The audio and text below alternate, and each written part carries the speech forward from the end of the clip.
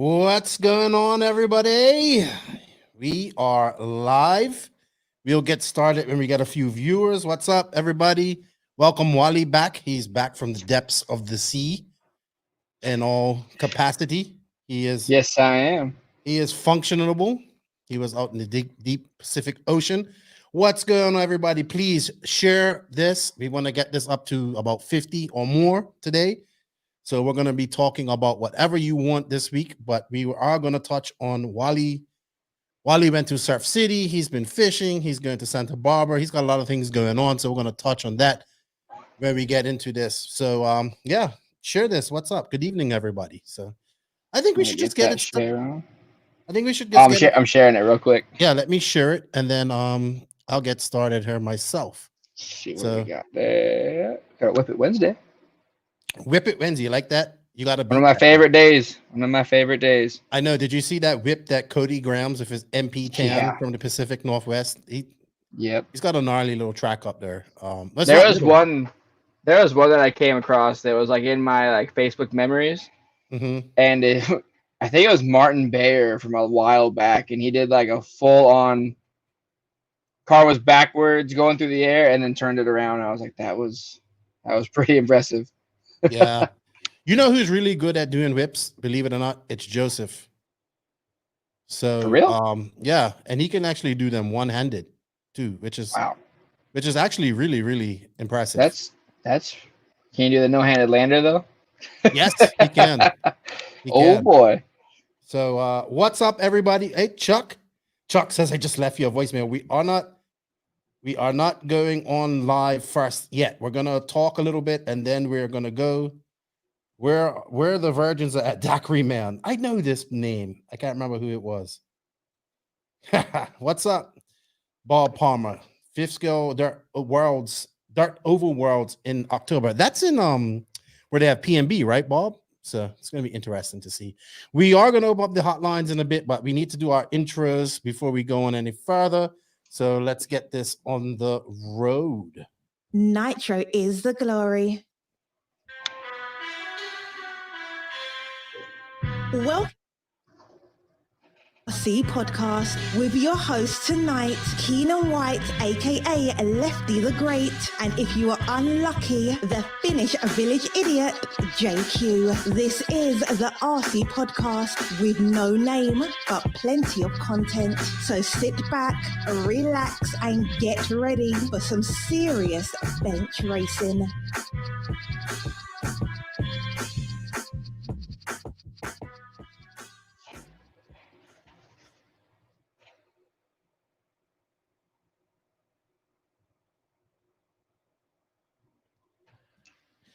Yes, indeed. Nitro is the glory, but E-Buggy pays the bills. What's going on, everybody? I messed up. I had myself muted just now, and I was talking. I know. I saw that.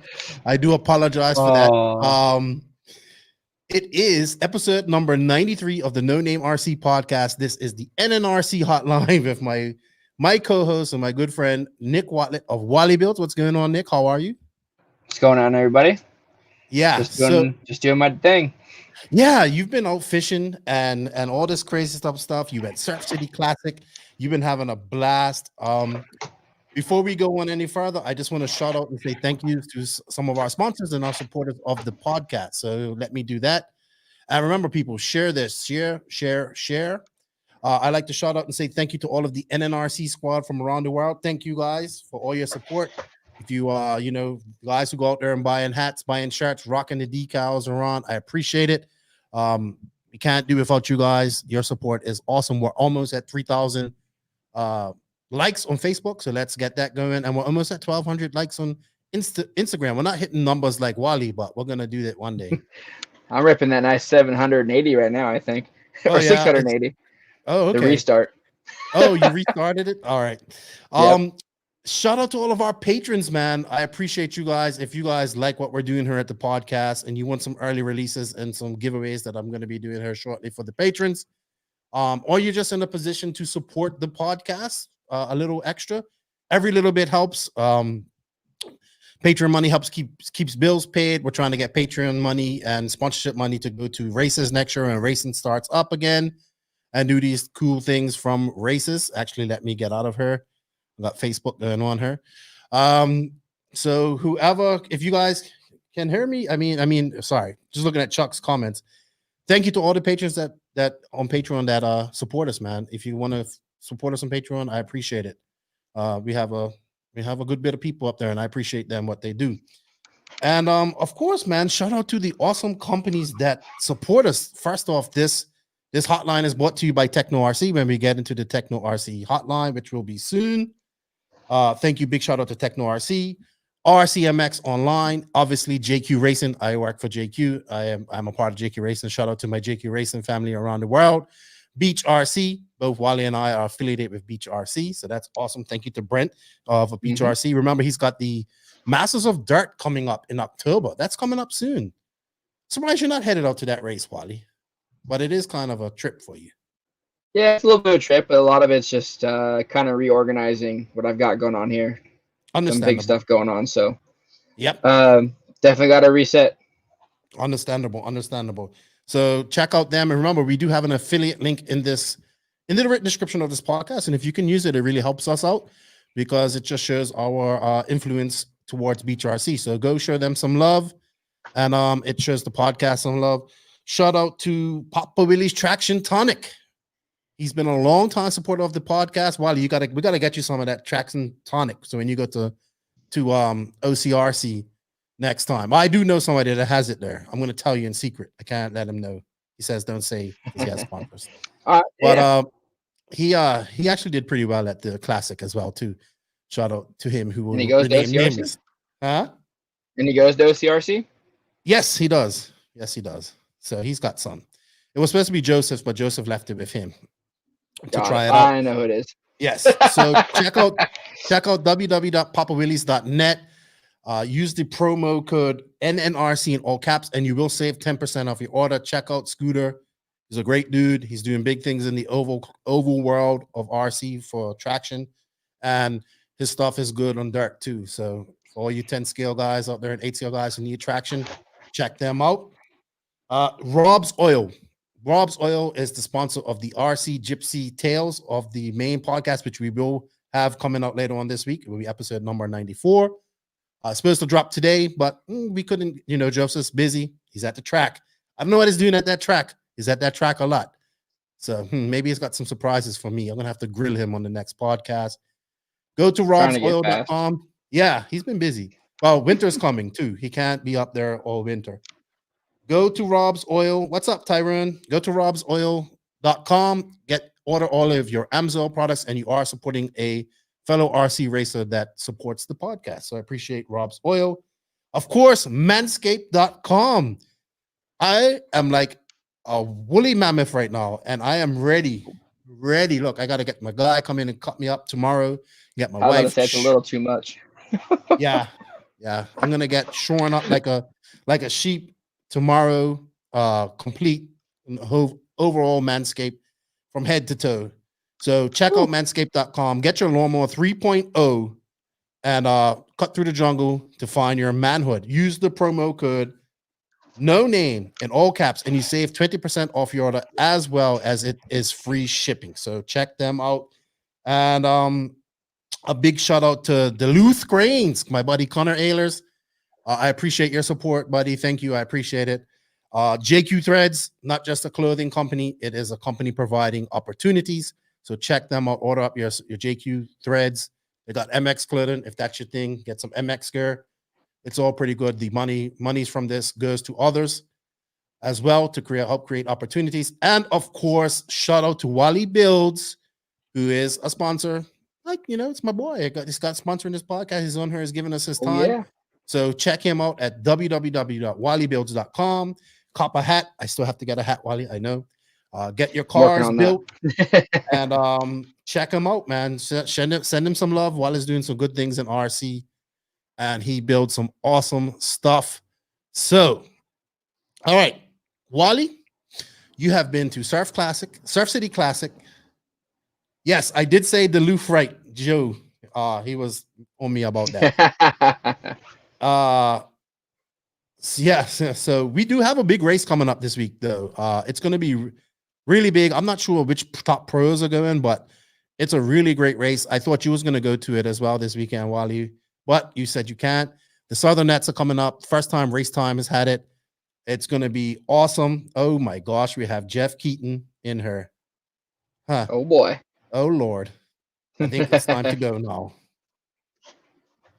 Joe Florkey, is it possible to sell hats in the pits at RC tracks? I don't see why not. I don't see why not. Depends what hats you're selling. I don't know. What hats are you looking for, Joel? Yeah, so Southern Nets is coming up. I can't wait to see what happens there. This is honestly one of your bucket list races you got to go to as well. Wally, the guy who builds this track is extremely awesome. Him and Bobby are building it together. So it's gonna be interesting to see what they come out with. But that all kicks off, I guess, starting tomorrow or that's Friday. what I think so. My buddy Derek that I was gonna go out there with, he's on his way out there, I believe, right now. Oh, who's that? Derek Tarrant. Okay. From Texas. All right. Sweet. Yeah, it's so I was actually going to fly into Texas and then drive with him. Yeah. Yeah, it wouldn't have been that far of a drive. Depends what part of Texas he's in too. So he's in what, Dallas? I think Dallas, yeah. Yeah, it's not that bad. No, it wasn't. He said it wasn't too bad of a drive, so no, it's a great race, man. I can't wait to see. I'm sorry I'm not going there. Good luck to everybody that goes. Friday practice and seeding. Yeah, he says, Carl says Tebow, Drake, Ogden, Westergaard at Sonet. So it's Cavaliers. I'm surprised they didn't sound Bornhorst because he does really well at this track. As well. He's won there, I believe. Yeah, I believe he's won there. I know he goes really good there. I don't know if he will. He's not going to go there for sure. It says Tebow, Drake, and yeah, I don't know. I know Cav is going. Cav just posted he's getting ready to go. Oh, you know what, man? I think Cav has I think that win at Wiki Weekend has rejuvenated Cav. He's fucking excited. I'm excited because he's one of my favorite drivers, or if not, him and Runnerfog. And the GOAT has got the taste in his mouth again. He's been going to JBRLs. He won JBRL this past weekend. Been on the JBRL. 10 scale stuff was a little off pace, it seemed like, but 8 scale, it seems like it's going in the right direction. Yeah, well, I think those S-Works cars are very European, so they're very. I could be wrong with this. I could be wrong. I don't know. Someone who runs S-Works will probably correct me. They're working on their 10 scale cars. They're very more into carpet and stuff like that. So obviously, transferring over to dirt. But it's good to see him hungry. And what's up? What's up, Salty Joe? Oh, Joey Montiel says Joe is going. Joe is going. All right, good. So that's going to be a decent race. I'll be watching this. It should be definitely a decent race. This is also the race where Jeff Keaton and JQ's bromance started 2 years ago. It's so awesome to see Jeff Keaton for him. Jeff is also he's a witness to watching JQ mentally break down after a first. He's my prime witness. Remember that, Keaton? What's up, Keaton? How you doing? Yeah, 25 people. Come on, guys. Let's get this going. What's up, Grace? We're going to get some people calling in. So, Wally, you are going to Santa Barbara this weekend. Lucky bastard. Yes. I'm going to the RC Paradise, as I like to call it, Channel Islands. That's hands down my favorite track. Besides the weather and everything, it's like you're racing on an RC Glen Helen. So that's like one of the best things. You have a lot of elevation change. I think every single lane is going up or down. So, and then at the very bottom and at the end of the lap, you get to hit the big Daytona berm at the bottom, which is fun too. I know. I love that berm. I just still look at it and just say, can I go full chat around that berm? Oh, you can. Yeah.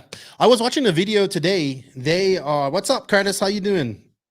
They are getting a Westergaard layout too, apparently. Here soon. Yeah. So they're going to be getting that here soon. So hopefully they have a race there soon. I would love to go race there. It's been a minute since that's happened. What's up, Toby? Great coverage of Barnstormers this week. What's up, Ty? We are going to open up the hotline here in a few minutes. We're just going over Surf City Classic. I see you're on your way to OCRC. Lucky. I'll see you there in a little bit, Ty.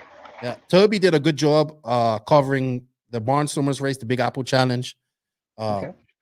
Jared Wiggins has been going around to a lot of races and putting in a lot of work in the Southeast and whatnot. He's been racing every weekend. So Tekno's on fire right now, man. Tekno is definitely on fire. Doing well. Tebow running good. Joe running good. Seth. Tekno's Yeah, I don't care what JQ says. I think they're the well, he does. He says they're the team, one of the teams to beat at the moment. Yeah, So I would say so as well. I would agree there. It's gonna be good. I think Tebow should. It's gonna be a good battle. Tebow will like this race too. It gets a little blown out. It gets a little rough, but it's still smooth. So, all right. So, what are you gonna be doing at Santa Barbara? Just testing this weekend? Yeah, it's a little testing. Taking out the people that I help and support. Gonna go out there and run. Make sure everyone's okay with their cars and everyone's happy. That track's pretty hard to drive on, so it makes it really challenging to get around. And then I think it helps a lot of people get better at driving. Kind of precisely put your car in the spot that you want because the lanes are a little bit more narrow. So I think it's gonna help everybody all the way around. And I'm just gonna go out there and do.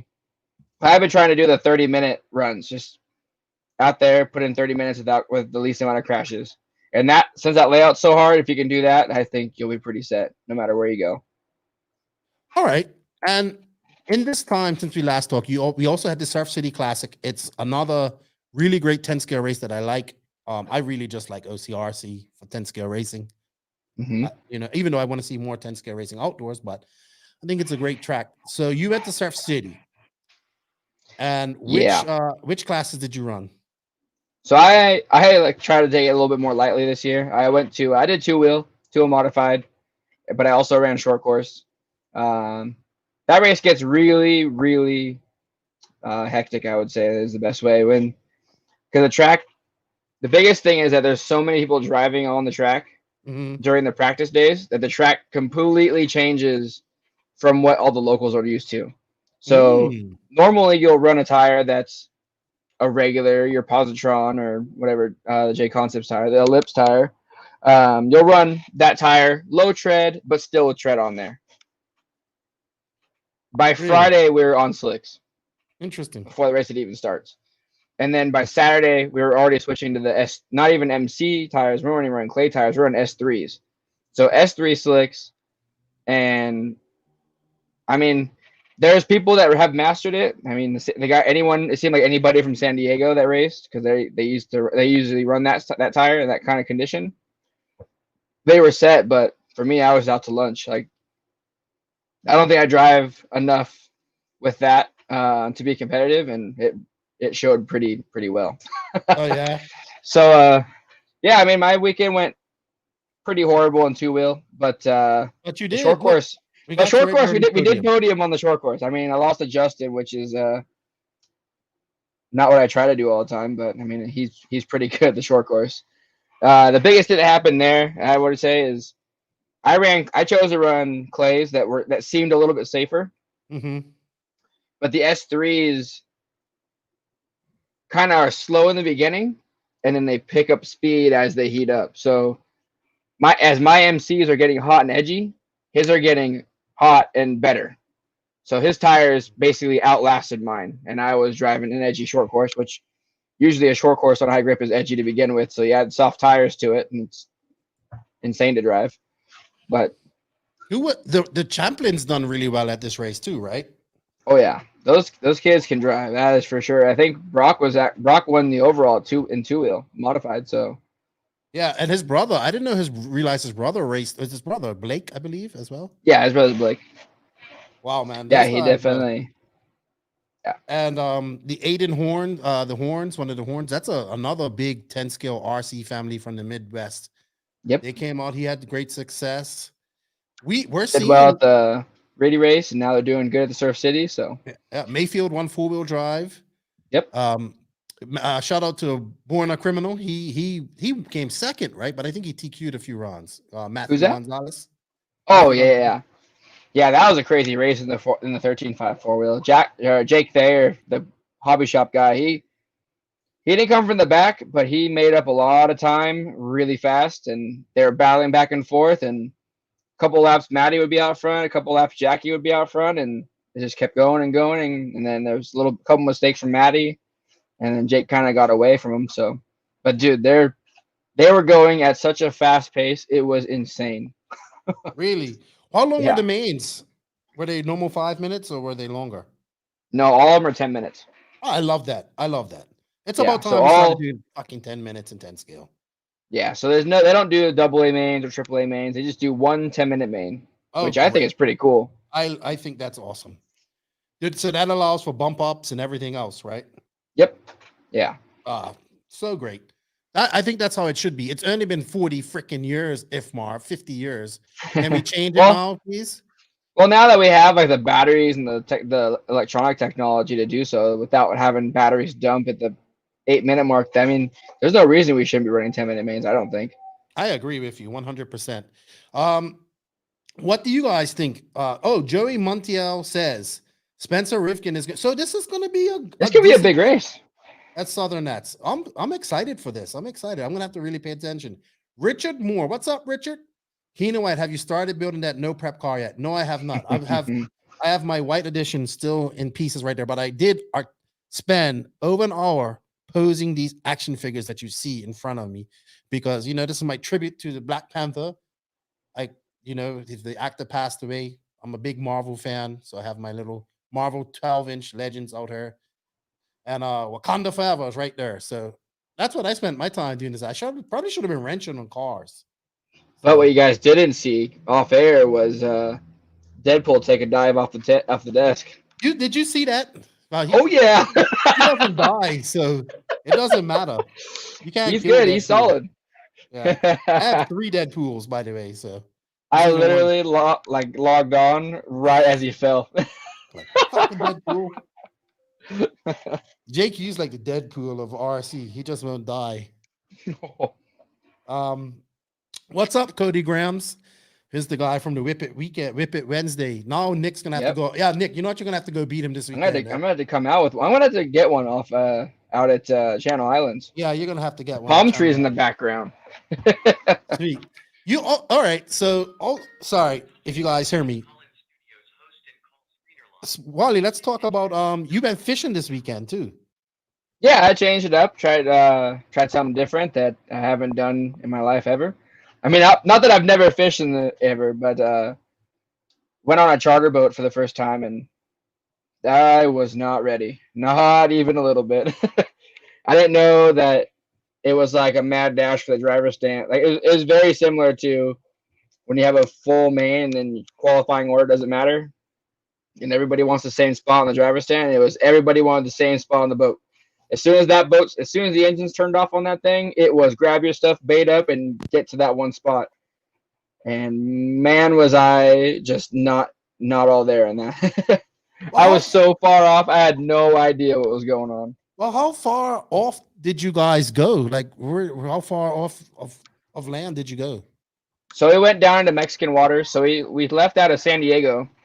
And then we left at 10 o'clock at night on Sunday and basically slept on the boat that night. And the next morning, probably about 7 or so, we were probably 15 or so miles off the coast of Mexico.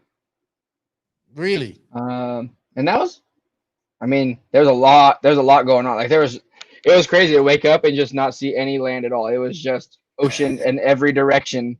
Did you see any sharks? No, we saw a lot of dolphins. They were kind of jumping through. And then we were kind of like looking around. And we saw like this big white thing off in the distance. And I'm like, oh, that's kind of weird. Like, what is that?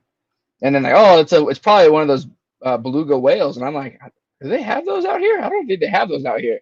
I don't know. I have no idea. And then we got closer and it actually was a small little like dinghy boat that was overturned that was just out there. So I don't know where the people were. That came from in the world. Yeah, that could have. That could have come from Mexico. It could have come from up here, down here. Like it was just an upside down boat in the middle of the ocean. Maybe that was a pretty big boat that you went on. 15 feet. The boat that you actually went on was really big. Yeah, it was a good sized boat. I mean, slept 30 people. There was plenty of room. Cool. Well, I don't foresee much fishing trips for you. I don't think you're going to take up fishing anytime soon. It doesn't sound I'm going to give it a try. Oh, no, I'm back. I'm not going to get smoked at this. I need to get that better. You got to win at fishing. At that. I gotta win at fishing. I'm not gonna let the first trip destroy my time. I'm gonna come back and I'm gonna do it better. I'm gonna catch something at least. I didn't catch anything. I went home empty-handed. and Awesome. questions. All I had was questions. I was like, what am I doing? Sweet. Weird. Cool. Awesome, man. Yeah. JBRL, I'm probably gonna talk with Joseph about it, but it was good to see that happen up at CVR up in that's in more northern California, I would say, or NorCal as you guys Yeah, call that's it. not. I don't think that's as far as Brentwood, like the earlier JBL this year, but it's a more northern. Oh man, Cat's been killing it at that. And then of course you had the one at Thunder Alley a few weeks ago, but you was there, Oh yeah, right? yeah. And That video that went around, that was my video. I did that one. oh, okay. I saw the last 2 laps getting all close, and I was like, ooh, I'm just gonna break the phone out and follow this for a bit. And then I caught it, and I was like, all right, What did that's you gonna think be of that? talked about. I thought that was fair. I don't know that against Drake at all. I would have done this. I would have punted Cav over the top of that damn ramp, I think, if I would have won it. I posted my opinion on it, and I side with that Adam on this one. If it was middle of the race, I'd say that's dirty. Like that's too aggressive to be right there. But last lap, I mean, we all know in any form or sport or form of racing, the last lap when you have the chance to win or lose, you're gonna do everything you can to do that, whether it's dirty or not.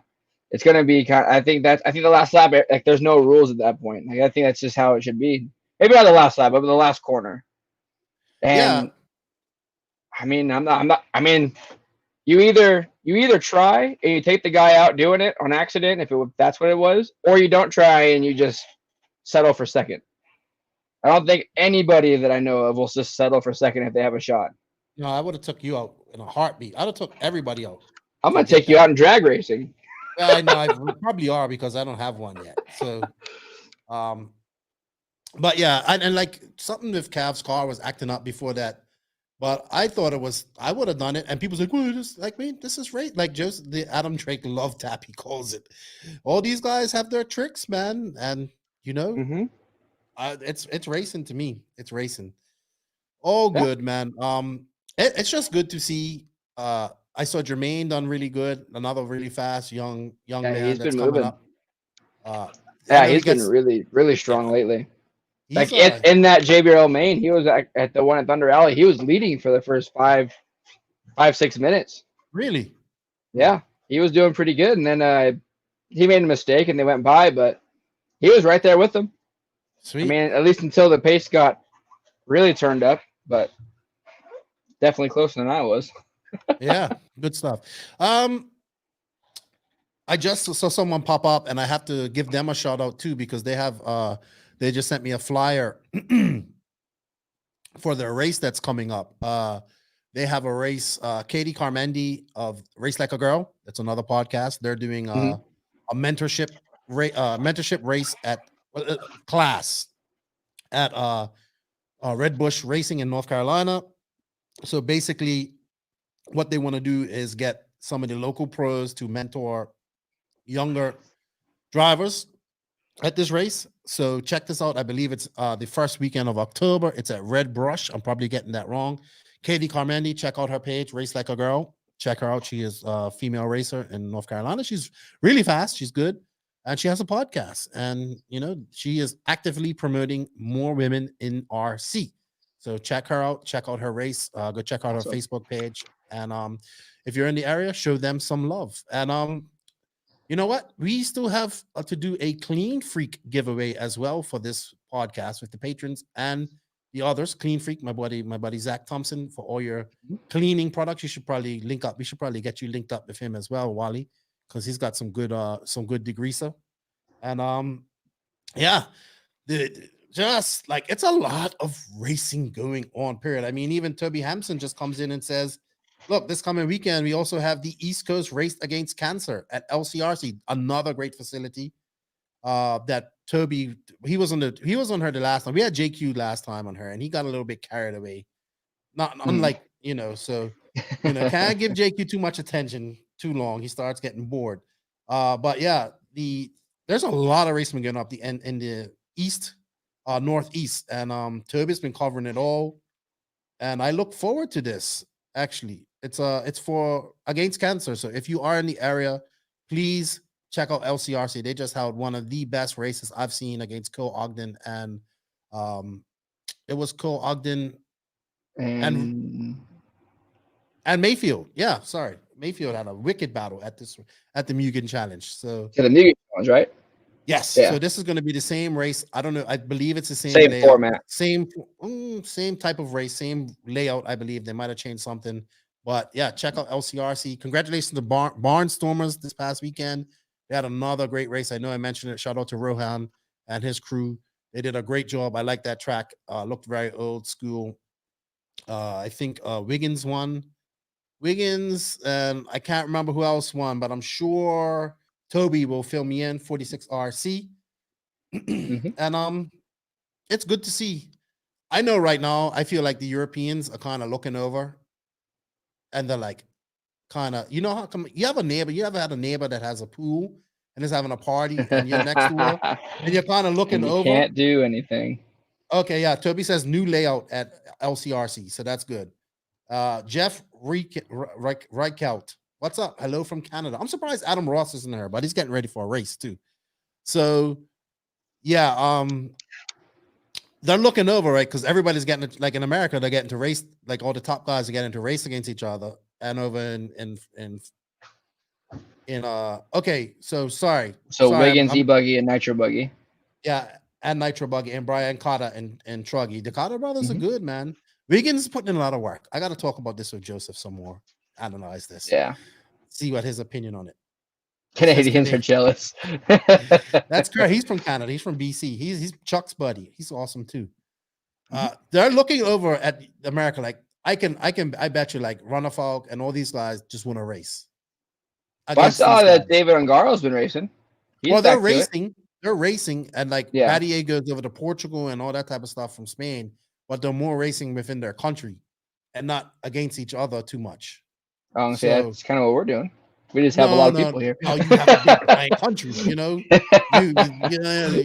Like just imagine.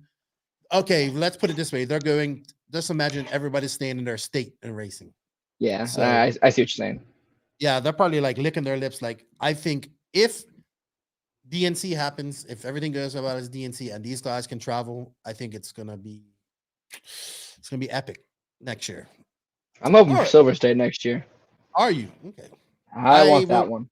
I will go to Silver State, but I will be pitting outside. Oh, that's what I do every year. Trailers. I guess trailers go inside too. I would never pit inside of Silver State ever again.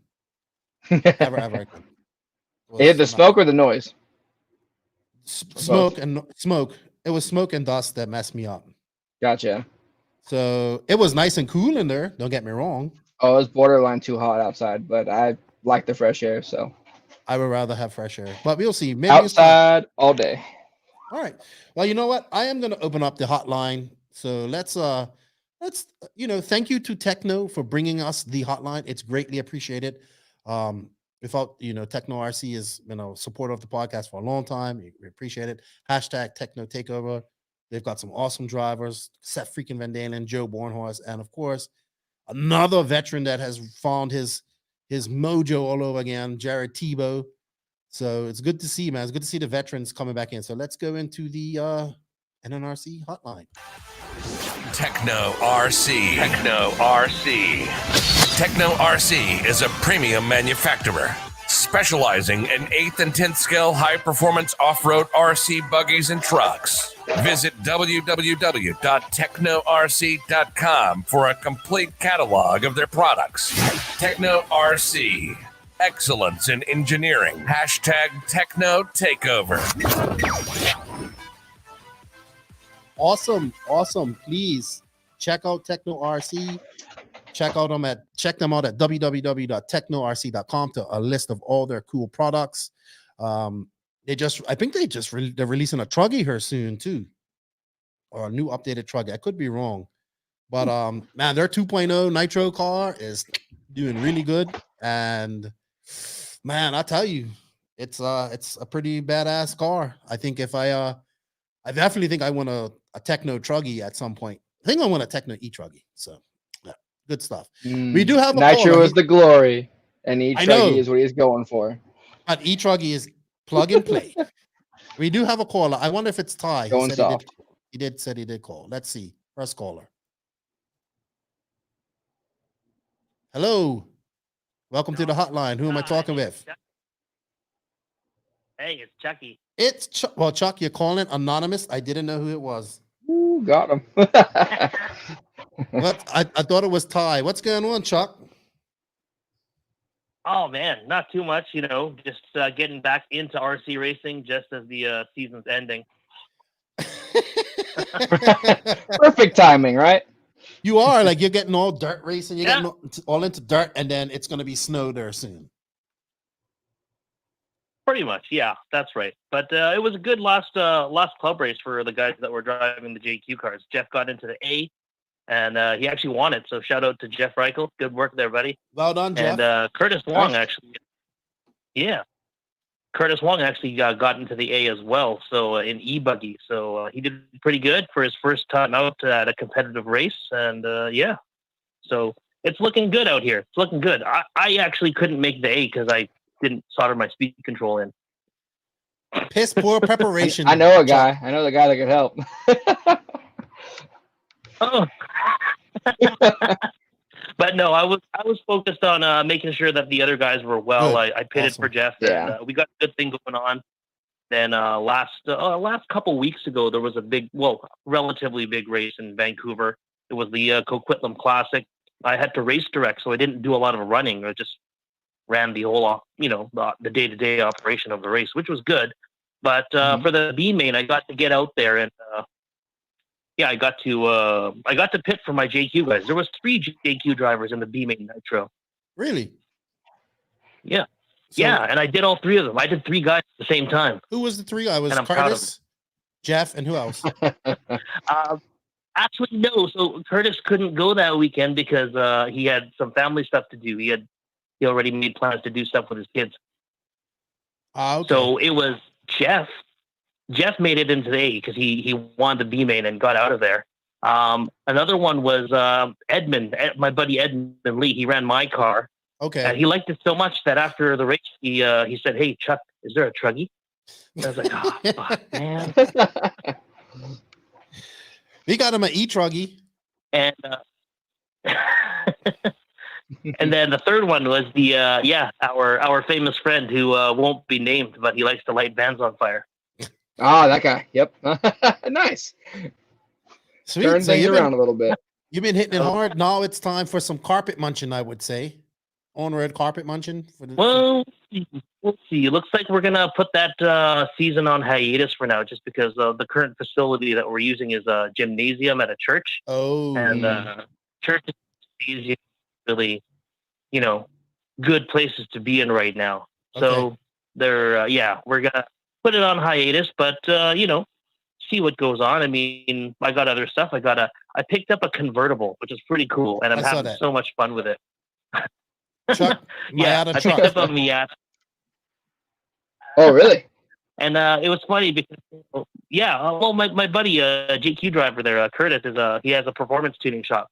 So I call him up and I'm like, "Hey man, I need some work done to this car." He's like, "What do you need?" I need a new convertible rag top for my Mazda Miata. He's like, "Fuck off, man! I don't touch that shit."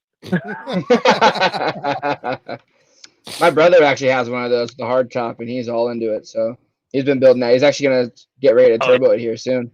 Sweet, awesome. Oh no, I ain't gonna track this one. This one's just gonna be a nice side toy. Maybe drift it in the snow, see what happens. Sweet. Chuck, so did you eat any hot dogs this weekend, Chuck? No, I did not. I did not eat hot dogs, and I'm proud of it. Good man. Good man. Good dude. All right, man. I appreciate what you're doing up there, Chuck, man, and our conversations and all that stuff. Did you have a particular question for Wallie or even myself? Maybe. I mean, I guess when I was race directing at the off-road club in Vancouver, and when I went to club race, I noticed, there was a particular person who was registered into Sportsman, and by the end of all of qualifying, he was 2 laps up on everyone. So I approached this person and asked him, would you like to go into regular class? Because I think you're good enough. And then that person in sportsman insisted that they wanted to stay because they wanted the trophy. And at that point, I'm like, okay, hands off. I'm not going to really ruffle any feathers, but I'm like, how would you approach that situation when you see someone who's like legitimately sandbagging? You go for it.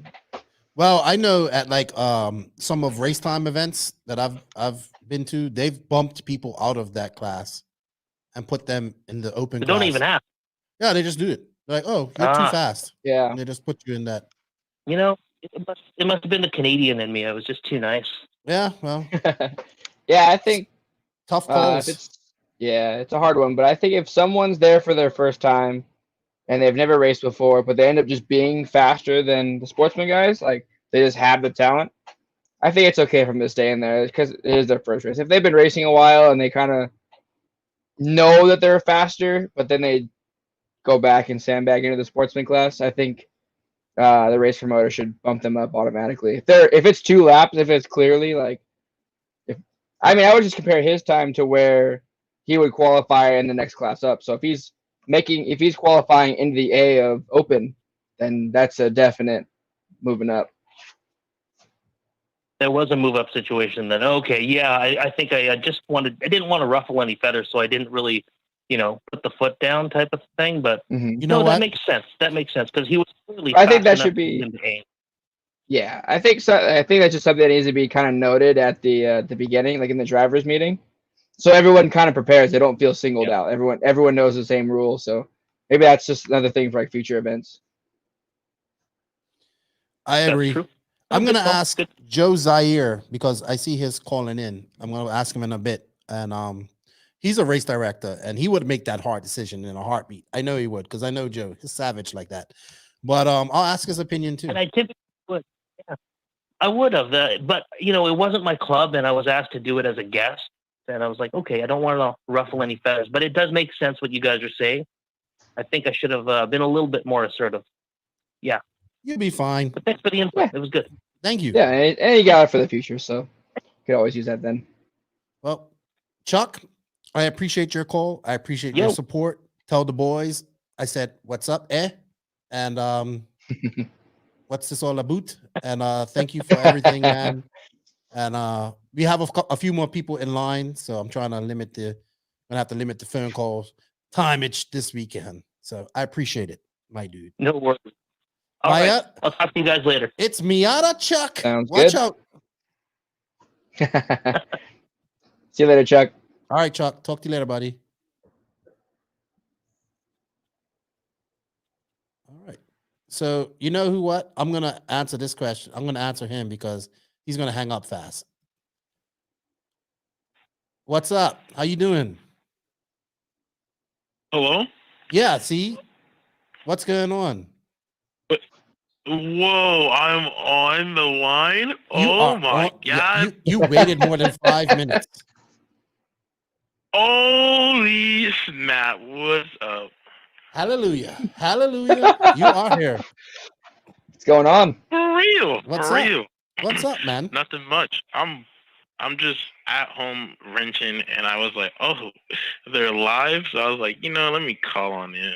Where you going racing? This is Steve Harris.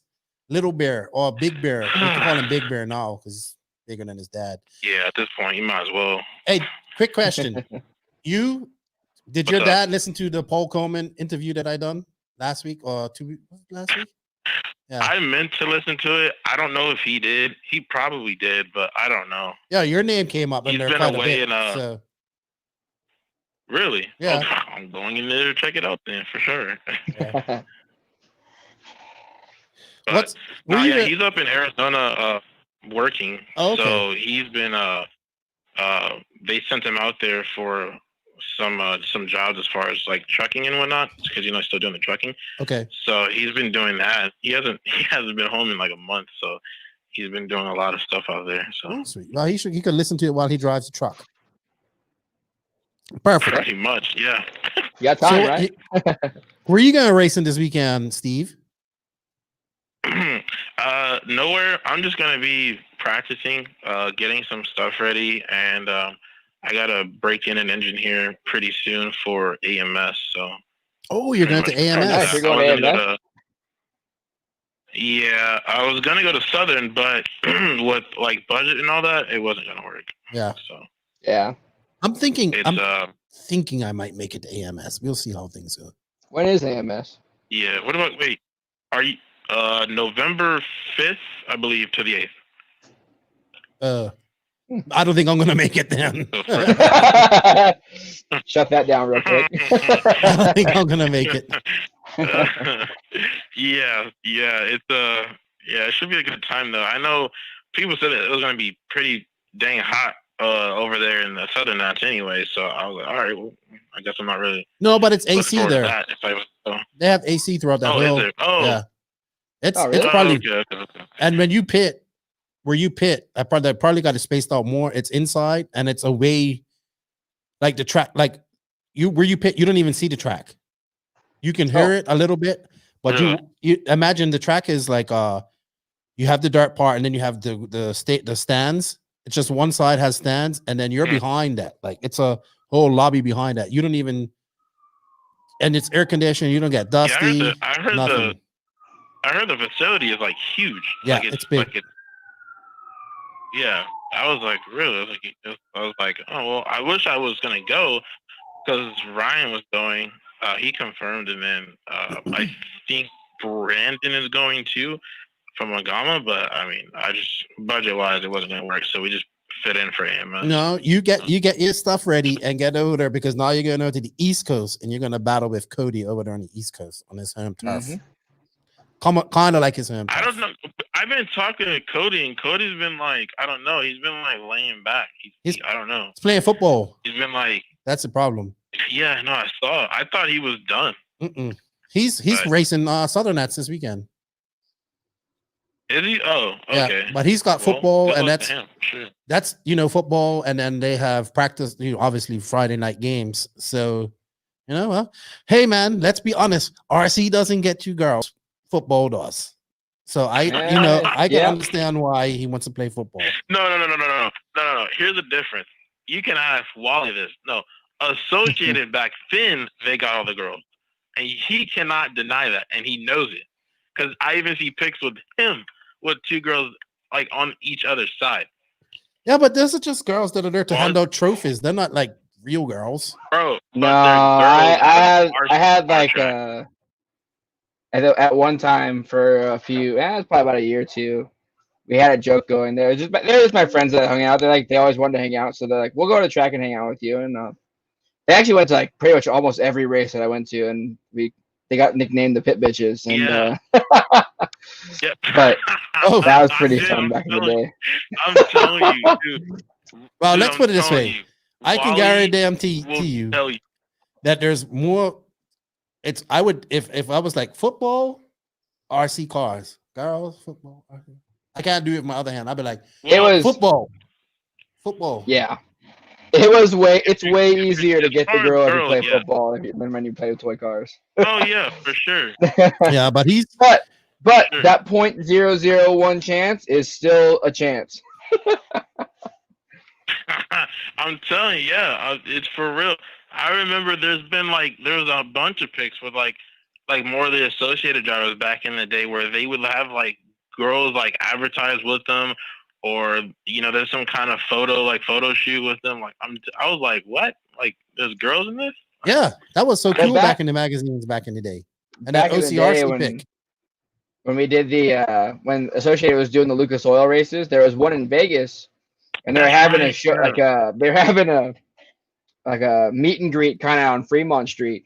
And Richard was just like, Wally, go take hold the short course and go stand by that girl. Like, all right, whatever. Like, I just went up, hey, want to take a picture real quick? And she's like, no, but I guess. And I was like, okay. And then Richard just point to another one, and I'd go do it again. And then he just I don't even know how to describe it like nicely. Like it was pretty bad. Like we could dig back into Richard's photos on Facebook and we can find them, and we'll just let everyone make their own judges. But Drugs were definitely involved with that one for sure. But hey, Steve, AMS, what other races are you going to here shortly? When's the next JBRL? AMS is like probably the only race right now that I have on board, just because of all COVID and stuff like that, man. Like it's hard for, like, in my position where, like, I'm not as high, like a high up driver as far as, like, like Cav, Ryan, Mayfin, all those guys, where like they can attend those, like those other races like Wicked and stuff like that. So like as of right now, it's just AMS. And then we're kind of leaving it there, or trying to take it race by race. I wanted to make a lot more East Coast races, but I mean, with COVID going down and then like races getting canceled, and obviously that kind of conflicts with budget and all. It's just we're just kind of like going with the flow. So AMS is just kind of my my first big East Coast race as far as traveling, and then we just gotta kind of go from there. Sweet, awesome. Does anyone know the condition of Palm Desert right now? If anybody that is in the chat, I know Westergaard would be the one, but Westergaard doesn't listen to me only when he's on the podcast. Because I know that's the next JBRL. That's like the next one on the list, and I plan on doing that one, but I don't know if it's going to be open and ready. I have no idea. Tyrone don't be hot. It's too hot. So I'm sure it's like 115 out there right now. Oh yeah. To answer Tyrone's question really quick, before I hop off here, let the other caller get on. Yeah, I will be doing that for sure. He says nitro explosion. So Palm Desert temperature is 120 degrees. No, thank you. Nope, I'm gonna go to Channel Islands where it's 65. No, thank you. It's literally gonna be 71 degrees in Channel Islands this weekend. That was a good time. Oh, dude, Nick, please let me go with you, please. I gotta get away from this SoCal area. I can't. From the heat. This side, dude. The heat is retarded. It's like it's just back and forth. It's either I'm gonna be hot or I'm gonna be cool, and it's never consistent. And we're already in September. Yeah, I think it's gonna like Huntington's starting to cool down a little bit, but still, it's more humid than usual. It's kind of the humidity just kind of sticking around. Not really a fan of the humidity. Well, you guys, I'm used to dealing with this. You guys are talking about stuff I deal with every day. Hot, heat, and humidity. Don't talk to me about that stuff. I got plenty of that to go around. I wish we could just put a giant air conditioning up over California and just call it done. Guys are complaining about California. It's like, dude, okay, wait. Before I get off, Lefty, I'm telling you right now, go to the races with Nick at JRL. He has at least 3 big old air conditioning just laying on all of them. Well, that's where I need to be. Yes. Well, let's see. I always come to Cali in the winter months. It's not cool. It's just right. See, you come when the weather is really nice. If anything, it's a little cold. You never come when it's actually hot. You need to come experience our heat. See if it compares to your heat. Well, the good thing about my heat is I can just hop in the ocean. Ask Wally. First JBRL at Thunder Rally, the first one that got released. Stupid hot. Both hot. They're both hot. They're both ridiculous. There wasn't even one. No. Dude. They're both. I remember looking at it. They're both 96 and 97 degrees. There's nothing cool about that. Dude, no breeze. The first one was humid. It felt like it was 110. Yeah. Yeah, I'll give it that. It was ridiculous. I had ACs in the trailer. I was chilling. I know where I'm going when I come to DNC for heat and for AC. Wally's, I'm cool. I'm better friends with you now, Wally. I'll be in your camper. Yep. I mean your trailer. They have a big old pit now. All right, Steve. Go with Wally to Santa Barbara. It is the best track. I love it. I wish I could go. I've been trying, but like it's just finding that schedule.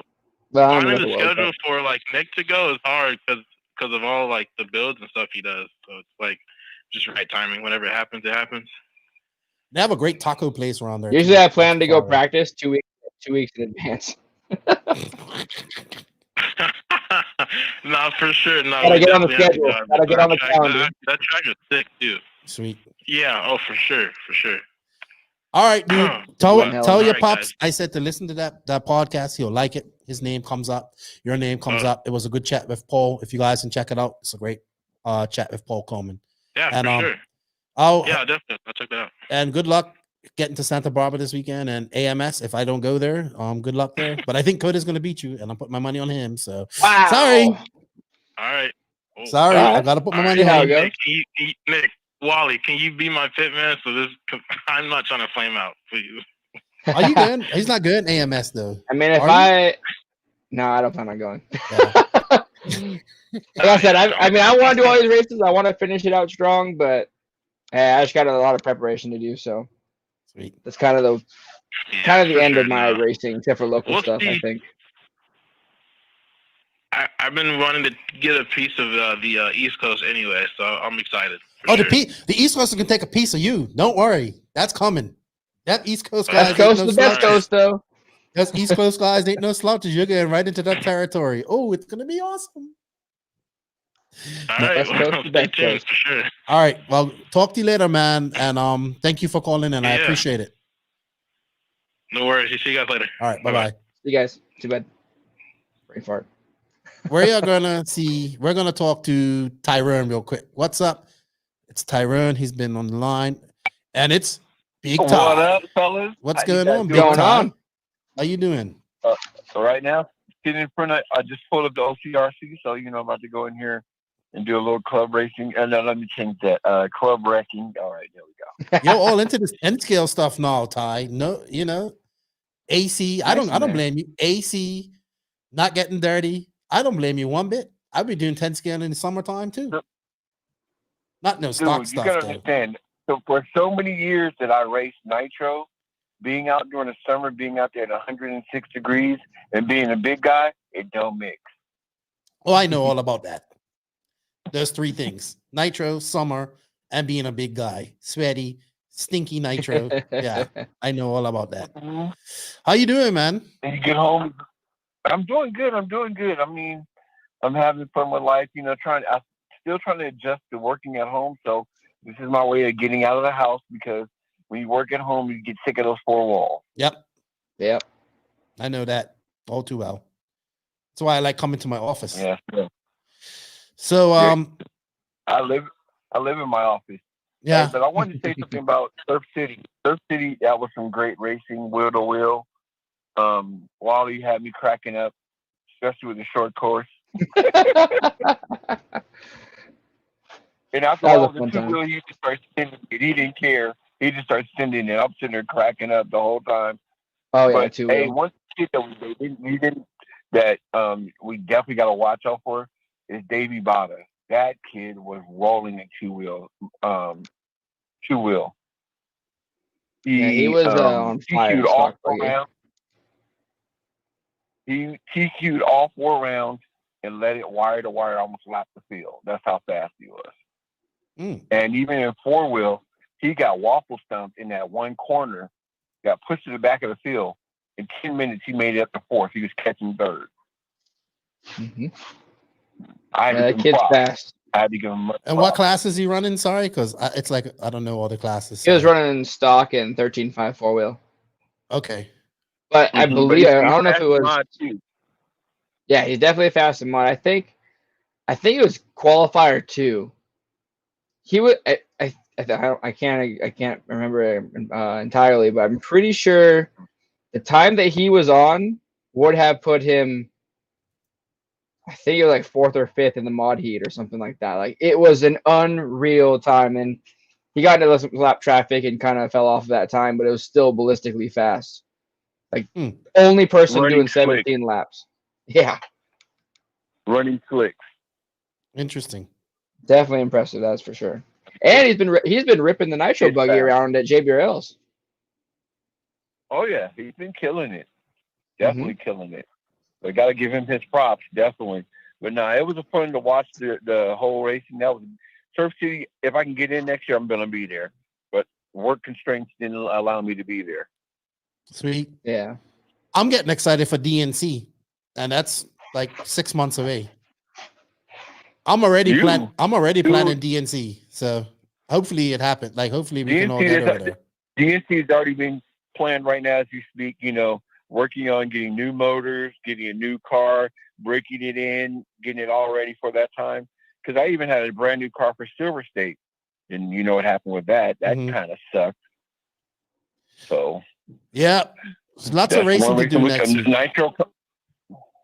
I'm coming back to Nitro, but I've been also running Nitro on road. So hey, I see that. I've been dabbling.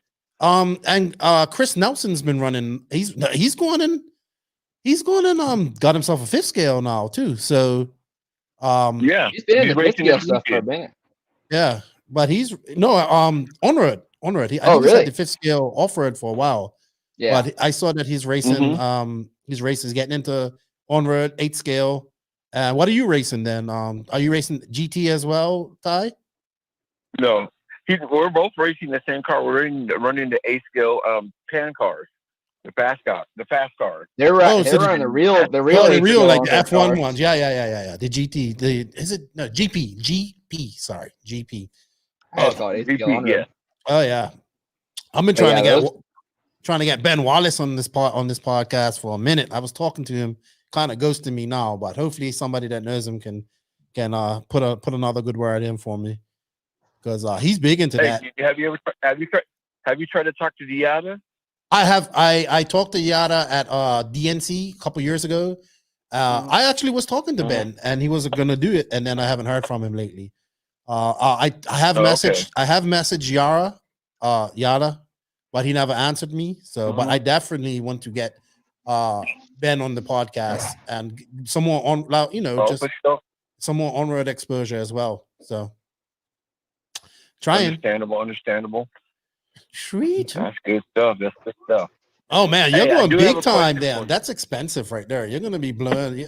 You're talking about motors, but it's fun. It is fun. It is a lot of fun. Them cars are so badass and so fun. But I think I'll run 5th scale. I love hearing those cars shift. Those cars, you know, when you run off road, you turn the wheel a little bit, the car doesn't automatically respond, and then it finally kicks in. So you know how to gauge your car. Trying to drive on road with foam tires, and I'm talking about any increment of the turn of the wheel, that car totally responds. That's something you have to definitely get used to. But I'm talking about you're going around the corner doing about 60 miles an hour, and the car is sticking to the track. Yep. Yeah. I'd like to just go to that track and do some laps on one of those cars and a 5th scale. I mean, due to the body, it only makes grip when you're going fast, right? Kind of like how an F1 car works. Yeah. Yep. It pretty much what the body does is suck it. They have the real foil in the back. The nose is real low, so that the air is going over the top of the body and over the back foil, so it's sucking the car down to the track. Yeah, it's just pushing it straight down. Yep, I can drive one of those right into a wall. Let me know when you go out. I want to watch. But I mean, with running Nitro on road, I mean, I just practiced it a couple of times. I'm going to race real soon, later on this year. But the one thing that's so funny about Nitro on road is that you go through bodies like it's going out of style. That's why they never came out nice. Yeah, it's like once you tweak a body where it gets bent, it's not going to perform right, so it's going to make your car real squirty. I never even thought of that. Like, that's more. The body is even more of a functioning car. You learn so much stuff. Oh, you learn so much stuff. But I mean, when you get that, it's one thing that's so funny. It's like you get that butter lap or you get a good lap. Oh, I want another one. Oh, I messed up on that one. I want the next one. Oh, it's just like lap after lap. Awesome. That's so cool. I want to drive one. I want to drive that, and I want to drive Chris's 5th scale around there. So I want to try it, but I don't know. I don't know if I can trust myself with one of those. No, drive the 5th scale 4-wheel is more controllable because it doesn't have that slide to it. The 2-wheel, that's one's a little bit more of a challenge. Yeah. Well, that's what they race. I think they race mostly as the 2-wheel drive ones. But I love them. I think they look so real. Chris has the spec class 4 wheels. Okay. And the unlimited, the 2-wheel drive. Those are the cars that are at least about almost 10 grand. Wow. You're breaking up. I think I heard 10 grand. Yeah. Kind of breaking up, but I think I heard 10 grand in there. Gotta break up with that. Oh my gosh. Well, Big Ty, I look forward to seeing you hopefully at DNC. And hanging out with you. Hey, but I have one question. Oh yeah, sure. Go ahead. Sorry. So I know that, right now, how we always call it, and I'm putting my fingers up in parentheses, silly season is coming up. Do you see any drivers making? Yeah. And you guys. You're breaking up, Ty. Can you ask the question again, please? I said I put my fingers up with parentheses. I know silly season's coming up again, as we call it. Do you see any drivers making any changes? You know what? Do I see any drivers without a job? That might be a question to ask. I mean, I don't really see anyone kind of changing. I feel like it's gonna be a very small silly season, I think. You know what? But let's think about this. This was supposed to be a world year. So a lot of these guys' contracts are up at the end of this year, no matter what. Oh, yeah. So there's going to be negotiations going on. There are negotiations going on right now. And it's been a shitty year because of COVID. So you might see people going. Right. You might see people leaving. You might see, I haven't heard anything yet. But you might see people jobless. You might see people without a job. You might see a racer without a job or without a ride next year. This could be one of the years where it's got the highest talent with no ride. Right. And that's what's being thinking about, because it's not about, people making moves or whatever else like that. I'm just wondering how bad COVID is, affected the industry with being able to have that sponsor money or whatever else. So that's what I've been curious about. I think it's, in all honesty, I think, oh God. I think on a local club level in America, COVID has been good for RC. And that in that sense, what I mean is, there's a lot more people just doing local COVID.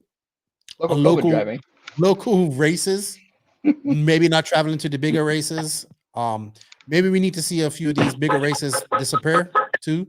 Not disappear, but just like some of these races can have, it's too many big races. So we'll see what happens, man. But club wise, I mean, I know you guys are seeing great numbers there at your club races in Cali.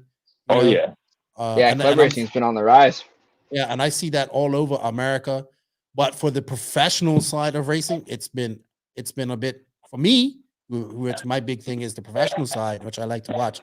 It has been a bit challenging this year. So, but I mean, that's all motorsports, all sports, period. So it's going to be interesting to see. Maybe they honor these guys' contracts. Maybe guys don't leave. Maybe guys are leaving, have already signed. So it's definitely going to come down to budgets for the companies, because I know it's definitely going to be like company by company. It's not going to be the same. I don't think it's going to be the same for everybody. I mean, I think the companies that have radar runs and crawlers and stuff like that are going to maybe maintain, because as we saw racing kind of fall off in the professional side, we also saw like the drag racing and the crawlers and all the stuff you can kind of do in the street or on your own, that kind of picked up. So that kind of carried some of those companies through. I think you're going to see a change in the companies that are just more based on racing only. And that's when your bread and butter is kind of shut down. That's kind of where your problems are going to start. So I think that's going to be the limited budget for racers. I hear something in the background. Is that you, Wallie? I'm inside at OCRC. Oh, okay. All right, Ty. Well, we got a couple of more callers on, so I'm going to get to them. I appreciate it, my brother. You have a good night there racing, and I will see you next year, hopefully. And I will see you later tonight. Well, I'll see you later on, Wally. Sounds good. My stuff's already down there.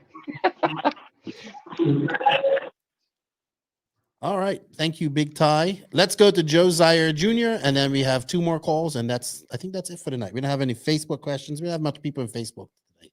People don't want to talk to us today. It's all right. It's Joe Zaire Jr. How may I help you? And he must need to manscape a little bit, bring everybody back. Have you ran out of talent? We haven't done an we're trying to figure out a time to do an episode. Cauliflower Ear needs to do an episode also. I know. Well, what's up, Joe? How you doing? Pretty well. How are you? Good. Just doing some live here. Got my buddy Wallie. Just chilling, talking RC. How's it going? Pretty good. I actually had a wiring question for Wallie tonight, but before that, so I heard a couple of callers ago, a guy talking about sportsmen. Bumping him out. You just do it. You don't ask them. You just do it. You called that one. You just do it. Don't ask him. I knew he would say that. I knew. You tell him you're doing it, but you just do it. If he's up by that much. But no, there's been situations if they're. So I've seen it happen many times where a sportsman is pretty competitive with the field, and then let's say make a proper tire choice, and all of a sudden they're up a lap instantly.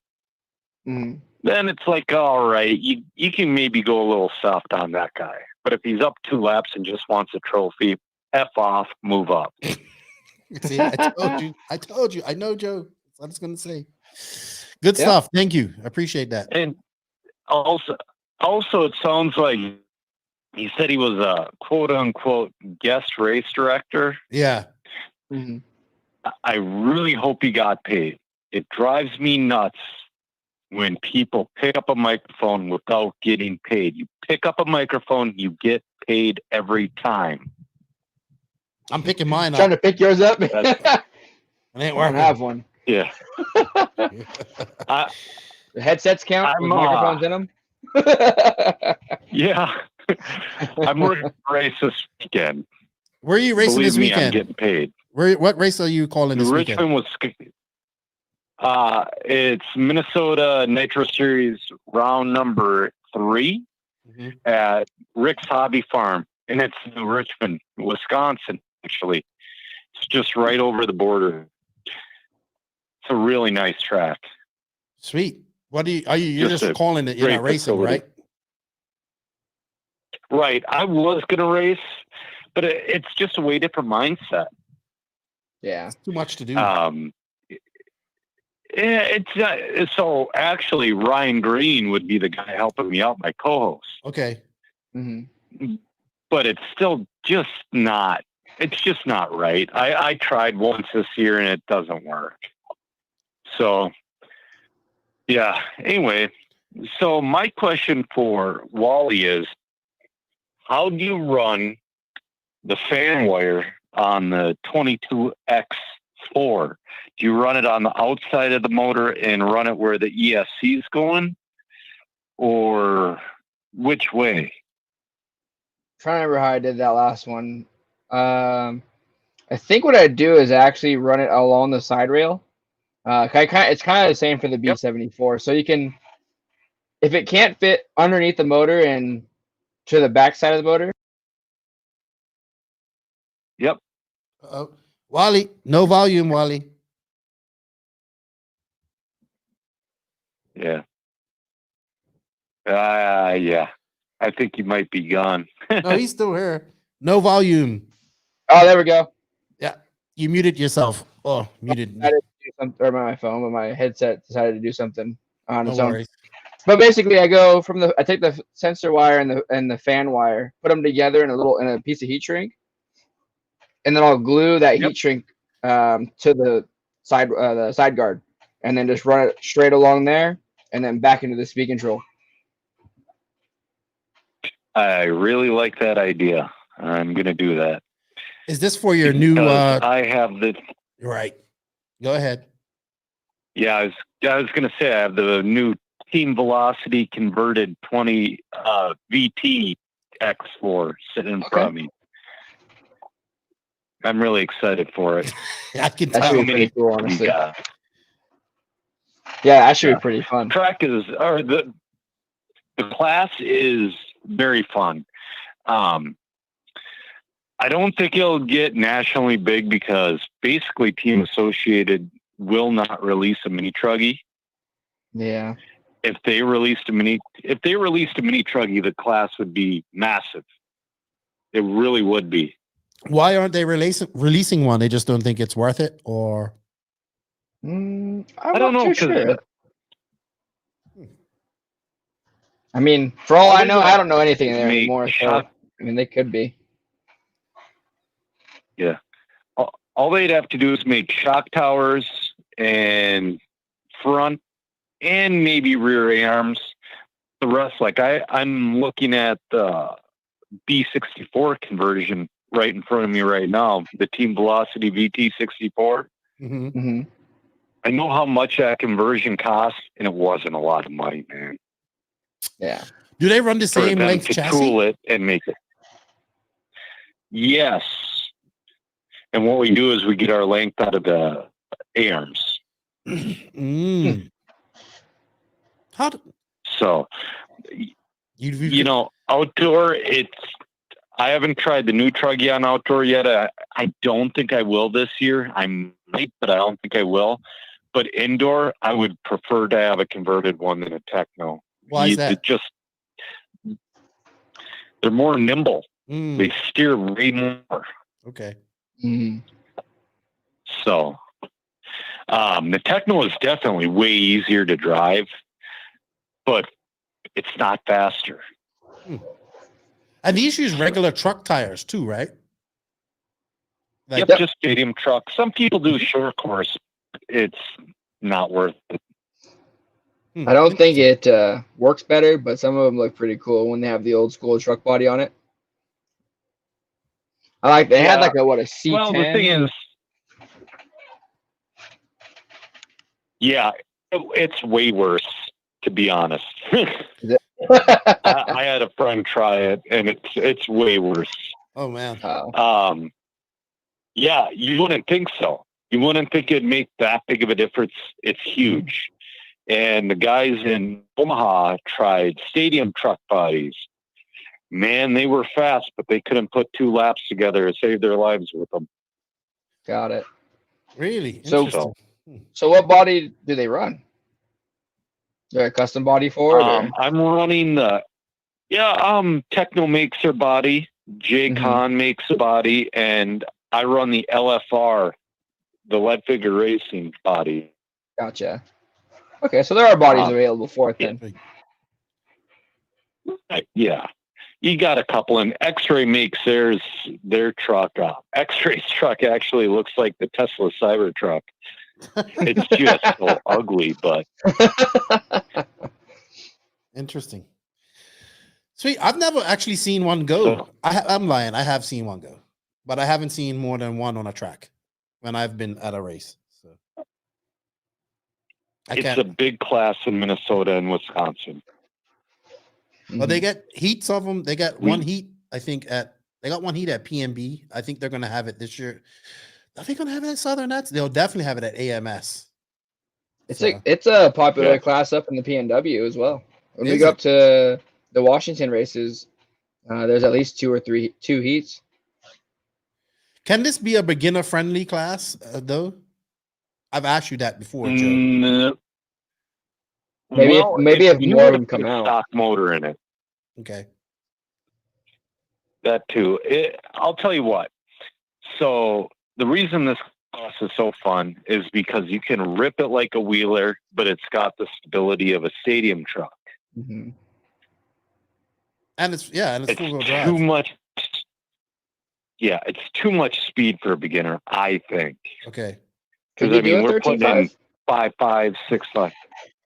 You could do a 13.5, but you'd have to have a class. You're going to be a second or more off the pace with the 13.5. Yeah.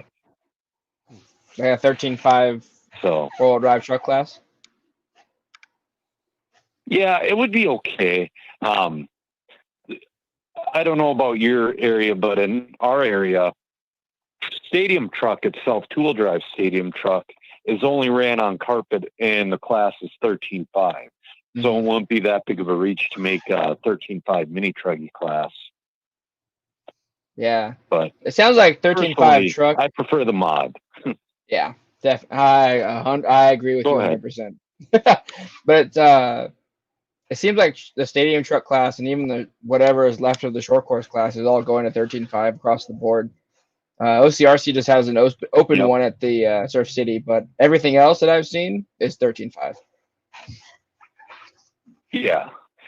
I'm our local clay track, the 510, their opener is September 26th.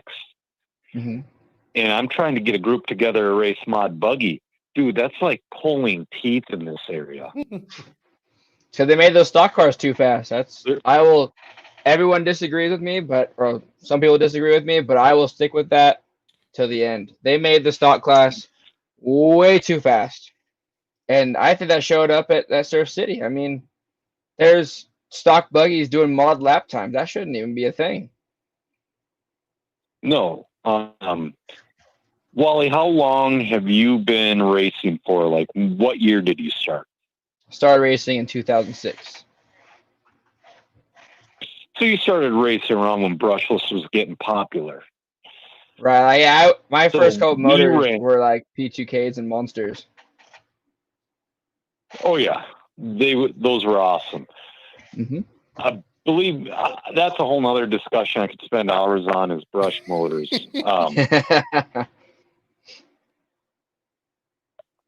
So we started out, with the Novak SS and early LRPs and all that other stuff. Yep. If you take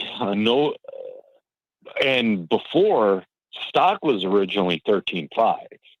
Right. That was the original stock class. They thought that 13.5 class. SF17. Yeah. If you took a Novak 17.5 SS motor and you put it up against a brand new Trinity motor, I would guess it'd be 2 to 2.5 seconds a lap slower. Mm-hmm. It's not the same thing. They need to make no bottom 21 and no top end. Yeah. Yeah. I agree. I want that to happen bad. So you started out with brush stock motors. Mm-hmm. So you know that the timing was locked. That's another thing that kills me is the adjustable time. I've been racing since 1988. Mm-hmm. So I'm a little old school and stubborn. I want my motors, stock motors should be locked. Yeah. Like back at 24 degrees. Stock motors. Was it 24 degrees there? 24. Yeah. Mm-hmm. You could take, both Hobby Wing and Trinity have fixed timing motors. It's very popular in on-road right now because the motor game got so ridiculous there it killed on-road. Yeah. So now they're backing off and they're doing fixed timing motors. So now it's just a body game. Mm-hmm. Because which is a lot cheaper than motors, though. No. Well, yes and no. So yes, the one, but you're gonna have a bunch. Talking about. Well, it depends too. It depends on how well you drive. Mm. So we run, let's say 12 scale. We run the Pro Light body because it's 2 to 3 tenths faster than a lightweight body. Okay. And that's good for 1 or 2 hits. I've had a rough day to where I've gone through 3 bodies in a day. I mean, do you even paint him at that point? You can just paint him white. Yeah. So I hate straight white bodies, so I put a piece of tape on the bottom and paint my main color and then a white stripe on the bottom, just so it's not all white. It takes an extra 30 seconds. You're right. So anyway, but I should let you guys go. Thank you. Really, thanks for the advice on running that fan wire. Awesome, Joe. Anytime. And check That out helps. Cauliflowered Ear and Ran Out of Talent podcast. Ran Out of Talent is an RC podcast. Cauliflowered Ear is a MMA podcast because Joe likes to choke people out, and he's a jiu-jitsu guy. I got choked out tonight. See, he's all excited about that. No, I'm upset with myself. New kid, been doing it for a couple months. So I'm like, I'm going to put myself in a bad position. Kid takes my back, starts putting a choke in. I turned the wrong way. It got tighter. I went out before I could tap. Well, Dang it. that's what the second time you've been choked out. Third or fourth. Okay. I can't laugh too much because I would get my ass kicked for sure. Cool. I don't know. Well, choking out don't sound like fun. Well, no, I started Thai boxing, like seriously Thai boxing, doing a lot of sparring lately. So I'm going to get a little bit of damage from that, I'm sure. I'm sure you'll love every bit of it. I do. And that's why I do it, because I love every bit of it. Cool, dude. Well, I appreciate your time. Good luck. Talk to you guys Have fun at the race this weekend. Sounds and I'll be looking forward to Ran Out of Talent next week.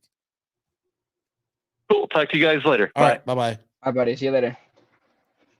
All right. We got 2 more calls. We always save Drew for last. Drew, I see you. You've been on hold for a minute. I know you want to be last. So we're going to talk to, we got a Formula One driver calling in to say what's up. Oh, he's back. I love my favorite Formula One driver. Hello. Is this Ricardo? What up?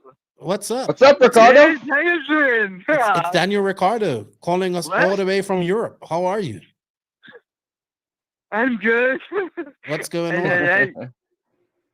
Nothing. I went to a big NCT out in Spokane. Oh, did you? Oh yeah. How'd that go? It was out in Oregon.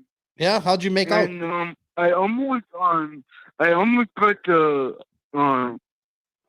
I did okay, but I kind of wrecked my body a little bit. Did you blow out in short course, Eric? Oh no! Did the champ go down? Who beat you? Yeah. You got beat. All this smack you come on her talking on the podcast, and you got beat. World champion short course driver, and you got beat. Oh my gosh! Oh. You know, Wallie was on the podium her the other day for short course, but 2-wheel drive. Yeah. My bad, man. Hey, Wallie. How many how many suits we got? How many short course bodies do you have? I have a lot. I think I have 3 now. I have my 805, my 76 F100 805 body, and then I have my full race body, and then I painted up a Raptor body just for literally race bashing. We've been doing it as OCRC for fun, but yeah, I got 3. I have a Bronco body. I haven't yet. Cool. Yeah, I got the green body, my old blue body, my old broken titanium body, and my blue body with orange flames. Are you going to Yakima to race NCT in a couple weeks? Yeah. All right. I don't want to. You gotta redeem yourself. I don't want no excuses about not winning, about your body getting beat up and all this type of stuff. Sounds like excuses to me.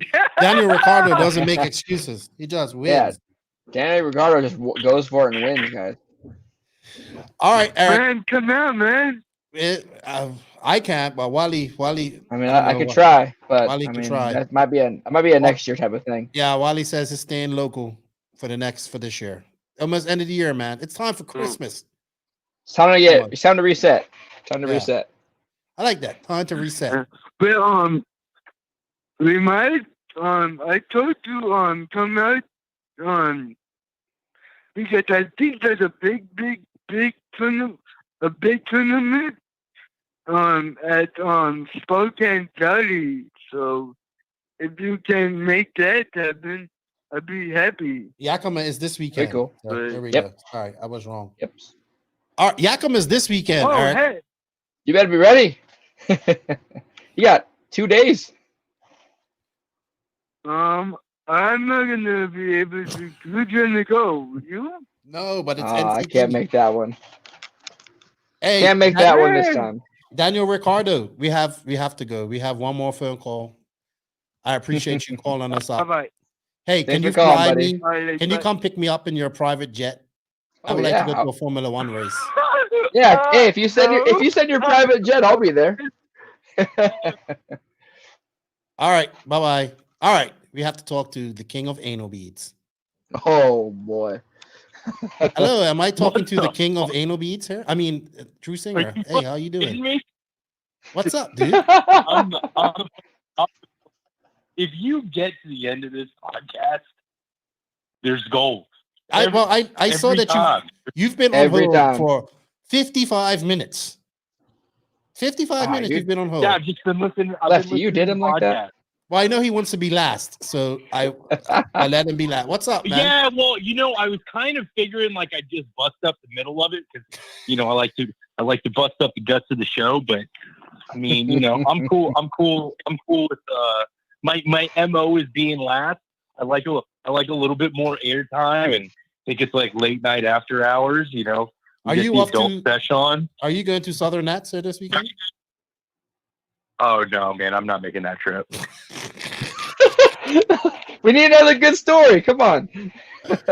Oh my gosh! Have you painted your van? I mean, but there's no real good story. Like I don't know if I'm building a house and I just kind of moved in. I don't have my CO, so I'm like waiting for the city to kind of like start knocking on my door, like you can't be in here, and me telling them to go fuck myself and kind of be like a Waco situation. It's always got something going on. So I'm mixing a nice mixed drink on my wood countertops because I fired my fucking cabinet people because they suck. Oh my gosh! You want to? Hey, listen. I know we're talking RC, but it's pretty fucking funny. So I've got this countertop, cabinet, kitchen person doing all my counters and kitchens throughout my entire house, bathroom, the whole nine. So, I prepaid for the cabinets, gave the deposit. I don't know, like last year, we finally get around to, hey, we need to put the cabinets in. It takes them 3 months. The rep that ended up like coming out to my house, she ended up quitting or getting fired or some shit. So like the guy fucking, I pick out my countertops that are in my budget. The guy's like, oh, we're not going to cut those because you need a special blade and I'm going to charge you twice as much. And they said, well, fuck that. I've got a budget. What's in my budget? So she gives me 5 options. And I reluctantly pick one. I was like, all right, well, these all suck, but this one sucks the least. So they install these countertops. This fucking asshole, everything's fucked up. All the cabinets are fucked up. The doors are installed backwards. I'm like, so anyways, I was just lucky to get countertops in because I'm like, I've just got to have countertops so I can get my CO so I can occupy my house. Well, this guy sends me a change order, and he's like, for $18,000 for my kitchen countertops. My whole budget for my house was $10,000. My entire house, the kitchen with the kitchen cabinets, the bathrooms, $10,000, which is not it's nothing to scoff at, but for just my kitchen cabinet or just my kitchen counter, $18,000. I told him I ain't fucking paying for that shit, and you could come get these motherfuckers. I haven't heard from him since. So are they made of gold or they got diamonds in them? Like, what's up with these countertops? I don't know, dude. Listen, the shit that I originally wanted was $5,000 cheaper than this. Yeah, and I didn't get it because it wasn't in the budget. Wow, that's insane. Insane. Wasn't in the budget, but we went with even more money. Crazy. So I take it you haven't painted the van, then? I've got. Oh boy. No.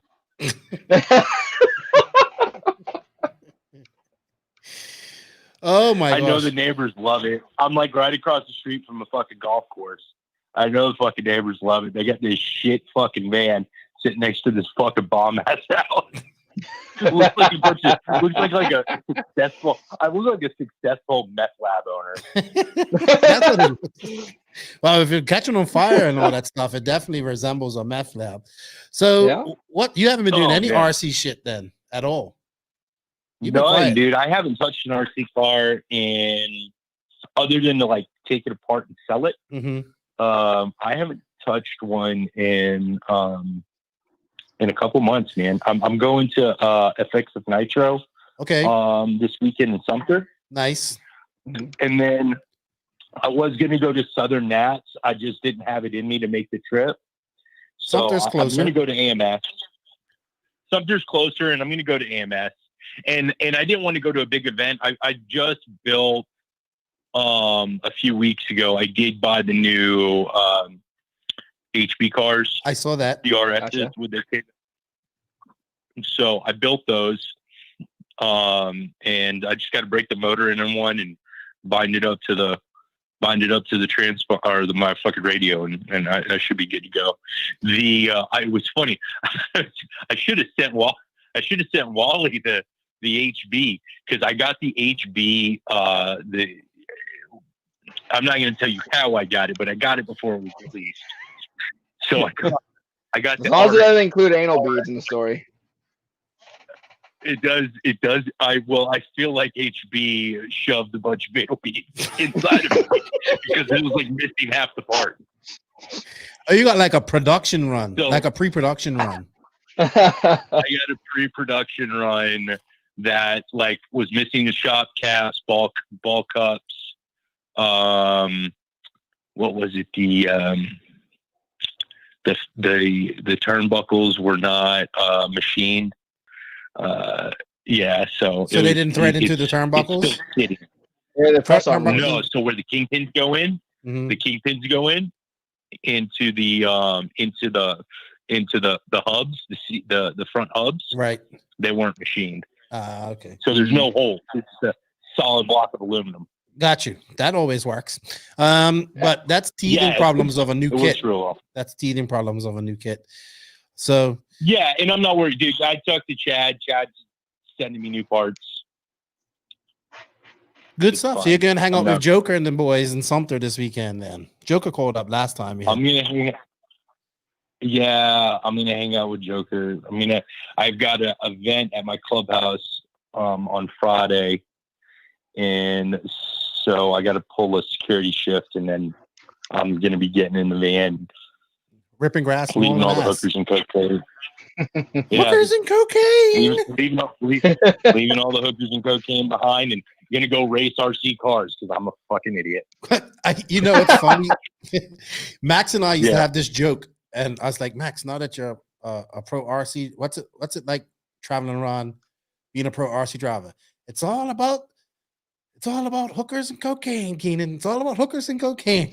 We just laugh, but there's no hookers and cocaine in the RC scene. Oh, I know. I know. But that's just our joke. Unless I'm there, then there's anal beads and bands. Like funny. It's like the only guys. What was that guy talking about with the RC? Like going to RC events for girls between football. Oh yeah. It's like the only girl that you're getting is the fact that like there is an actual girl in your vicinity, and you're not sitting in your mom's basement.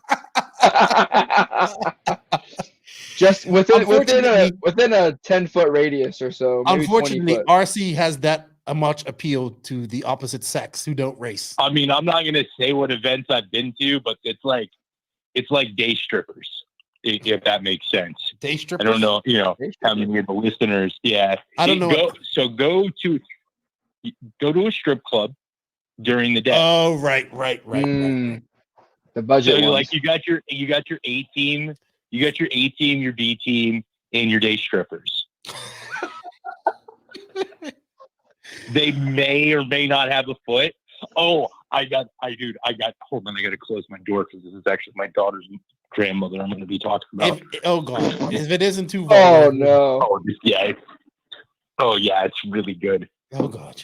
This is the last last story. Yeah, so really, I don't even call to talk about RC. We noticed. Call the entertain. I love it. The cocaine. Yeah. So my It's hard to say it. My daughter's grandmother. It's fine. She's dead now. But she was. So I live in Savannah, and there was and Savannah has like a lock. Like they don't allow adult licensing, adult entertainment licensing. Okay. But there was this place called the Whitaker Street Saloon, and it was when I was probably like 15. It was like 15 or 16 when it closed. And I was not a great kid, so and I knew all the guys to get into the places. So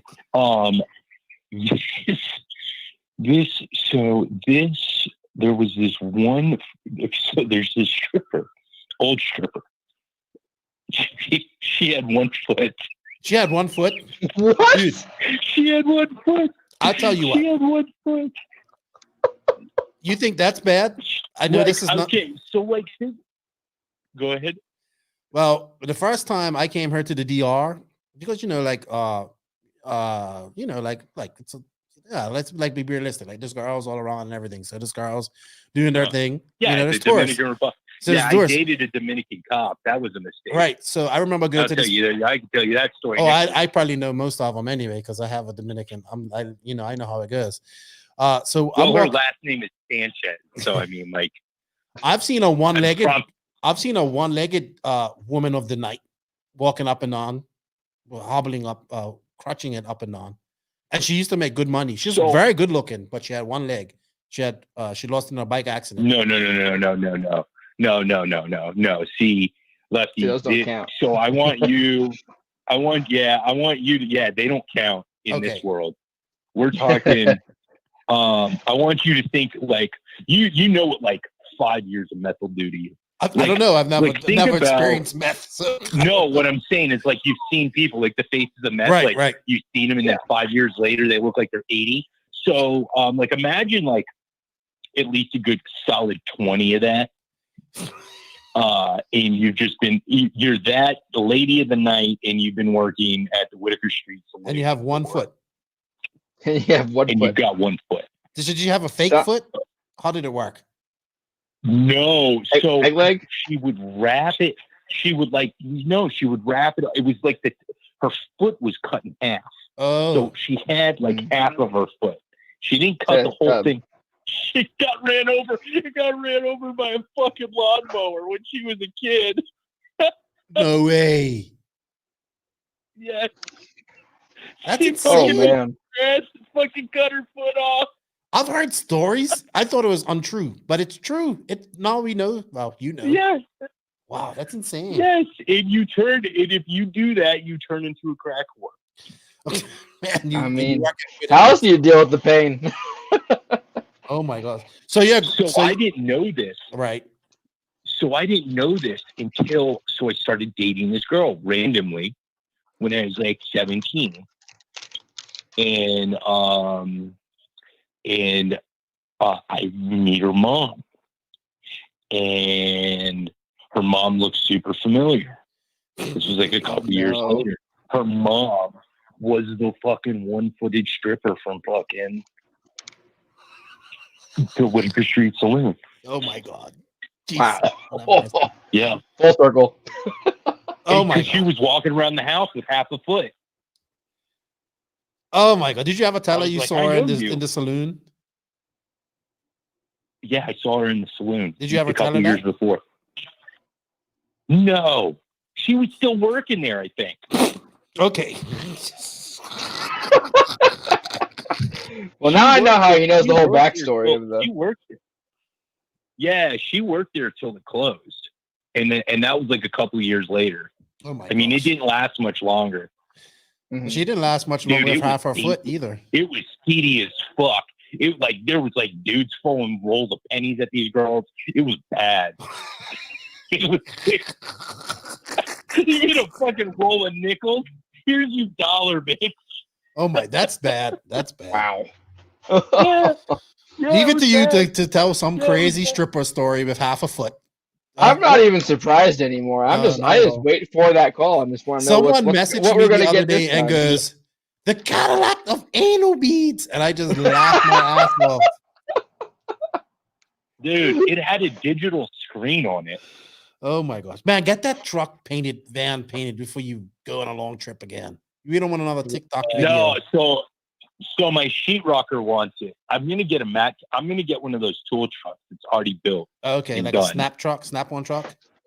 Yeah, I'm gonna get I'm gonna get a used. I found a couple of them for like $15,000. I'm gonna find a used Snap-on truck. It's already got everything built into it because I've got a bunch of stuff that I want to sell, and I'm always getting stuff. And it's kind of with between Nitro Pro and I'm gonna start carrying like T-Work stuff, and I've got GT bearings.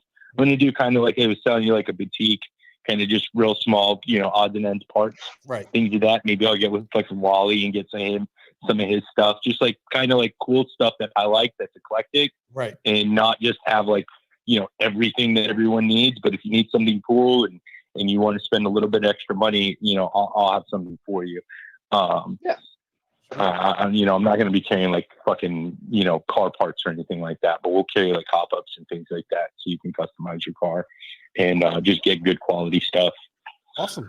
But yeah, it's all like, and that helps kind of pay for the gas and kind of, subsidize the hobby a little bit. So, because it gets expensive. Of course. Especially, all right. Especially with my track record. Cool. Well, you know what? What's going on with you, Wally? Yeah, Wally's in reset mode.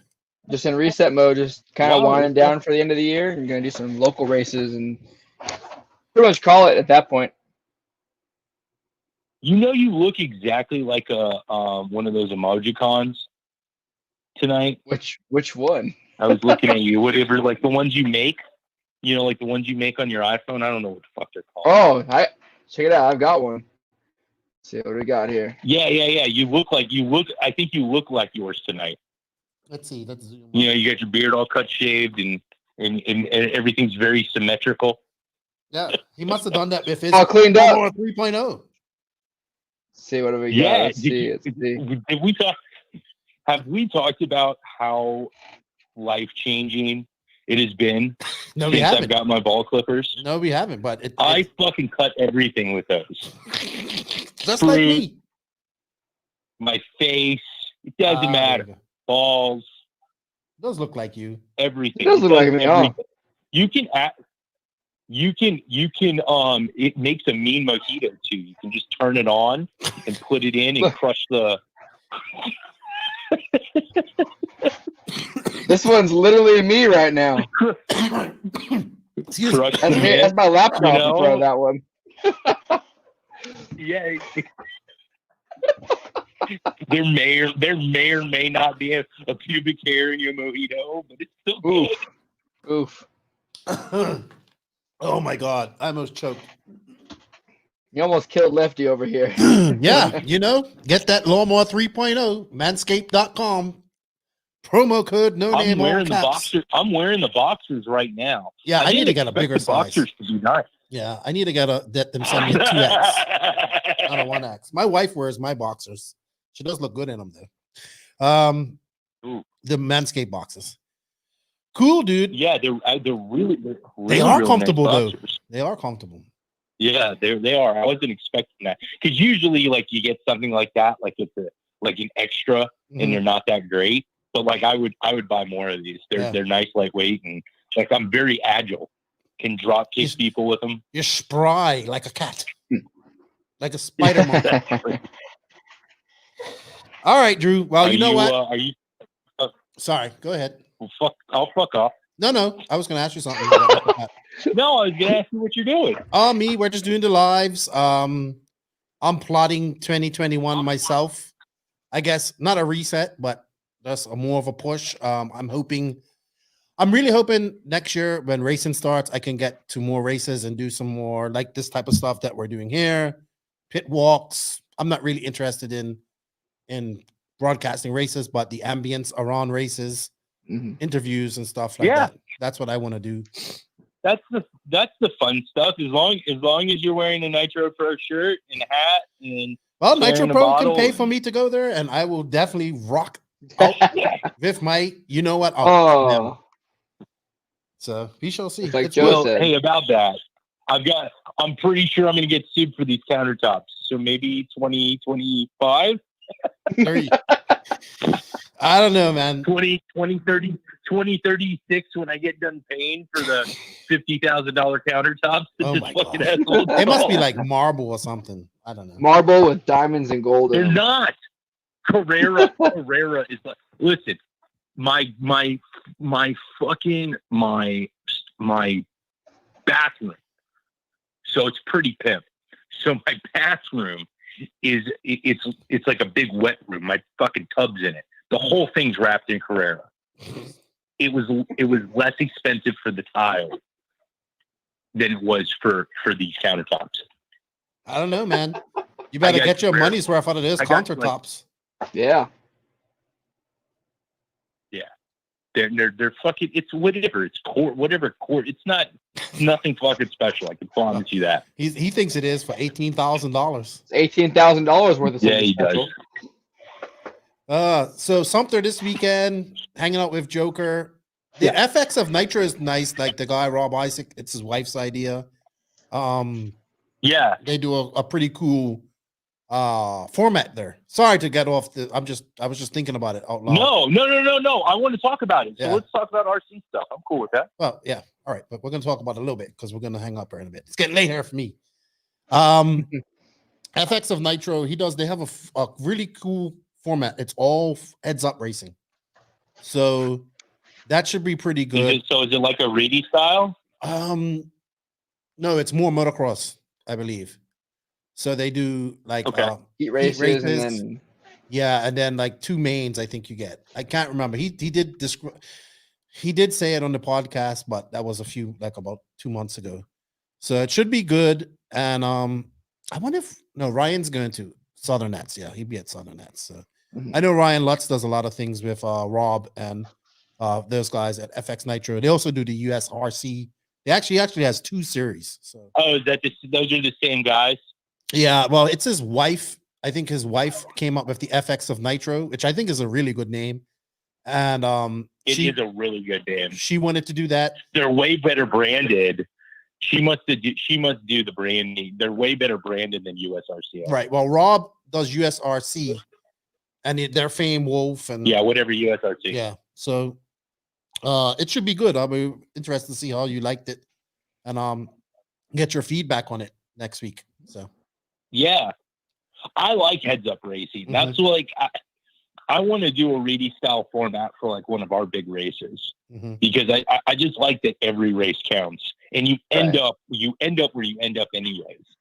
But it's the qualifying thing. It is what it is. It's like the only thing I don't like is like so if you do this qualifying thing and you only get 2 quals. You're going to have to, I don't know. I just don't like it. Like if you're going to do qualifiers, it's got to be 3 qualifiers, but we get a lot of times where races get pushed because of the sizes and then you're stuck at 2 quals. Like PMB. And you've got, fuck you. Well, probably didn't want 3 qualifiers at PMB. You would have been there at like 6 o'clock in the morning. Yeah, I was already there. Getting ready back to run again. Yeah. Listen, hey, I might have made more than one event. What's that? At PNB, I would have made more than one event. If I would have had 3 qualifiers, I might have showed up. I might have showed up for one of them for like one of my classes. Had a better shot at qualifying. With two of them, yeah, like maybe one of them would have been at like 3 a.m. 4 days later, and I would have been able to make it. Oh my gosh, you are insane, dude. You are insane. Well, I think we're gonna wrap this up. We don't want you to get locked up for your $18,000 countertops. Joker called in 2 weeks ago and tried to get on JQ. It was funny. He triggered JQ. It was so funny. What did he say? He said Tekno, and he just went, because I don't know. Then they started talking shit to each other. It was funny. Joker called up to talk shit. Weird. He's a weird cat. It's he just likes to. He likes to flip around. I'm the same way. I can't say much. Like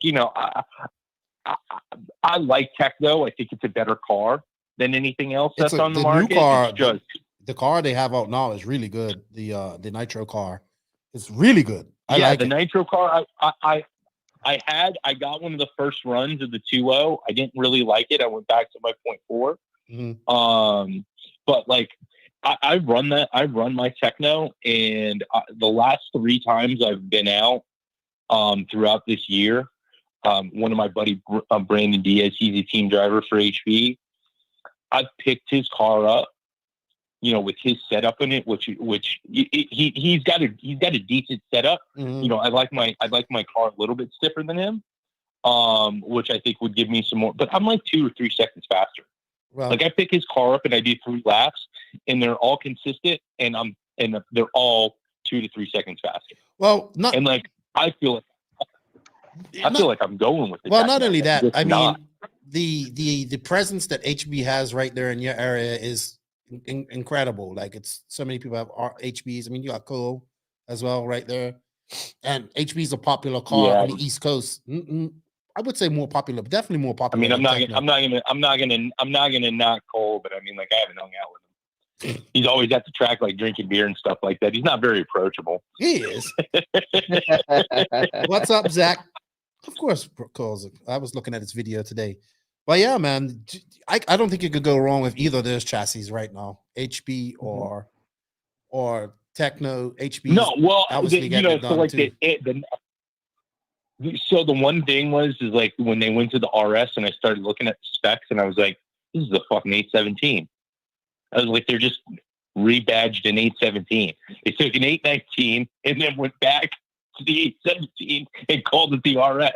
It was like, so, I mean, it's a good platform. You can't argue with it. I'm faster with it, even though it's a harder car for me to drive than the Tekno. I'm just faster with it. And there's a lot of guys and I think it's just really, suits your driving style. X-Ray, when I drove X-Ray, it was probably the easiest car, and I was the most consistent, but I was the slowest. So it really just depends. And I want to be a little bit, if I'm going to do it, I want to be a little bit more competitive depending on where I go. And like the HB, I'm really comfortable with the setup and the changes that I need to make depending on track conditions. So I think I'm just going to stick with it and see how it goes. Sweet. I just really like Tekno as a team. I get that. The guys that are on the Tekno team are really, really good. I don't know many of the HB team drivers that are, the big pro drivers. But the Tekno team, all their guys from bottom to top are all really, really cool. They are. They're nice people. Well, I get along with all of them. I don't get along with Bornhorst too much. He doesn't like JQ, and JQ doesn't like him, so he doesn't like me too much. But I did hear a story about Tebow complaining about the air conditioning in his suite that was messing with his shock package. Oh no, that was but see, set up his car. Yeah, I know what you're talking about. Tebow. Yeah, you set up your car in a cold area, and then what it is, it's so hot outside. So you set your car up. It was at P&B. We're like all sweating our asses off outside. And he's like, I can't get my shock set up right. Yeah, because right there, well, they have that. Don't worry, come to my race van. Yeah, there you go. You get it set up properly there. Hot as hell in there. Yeah. But yeah, I understand that. I've heard that before as well.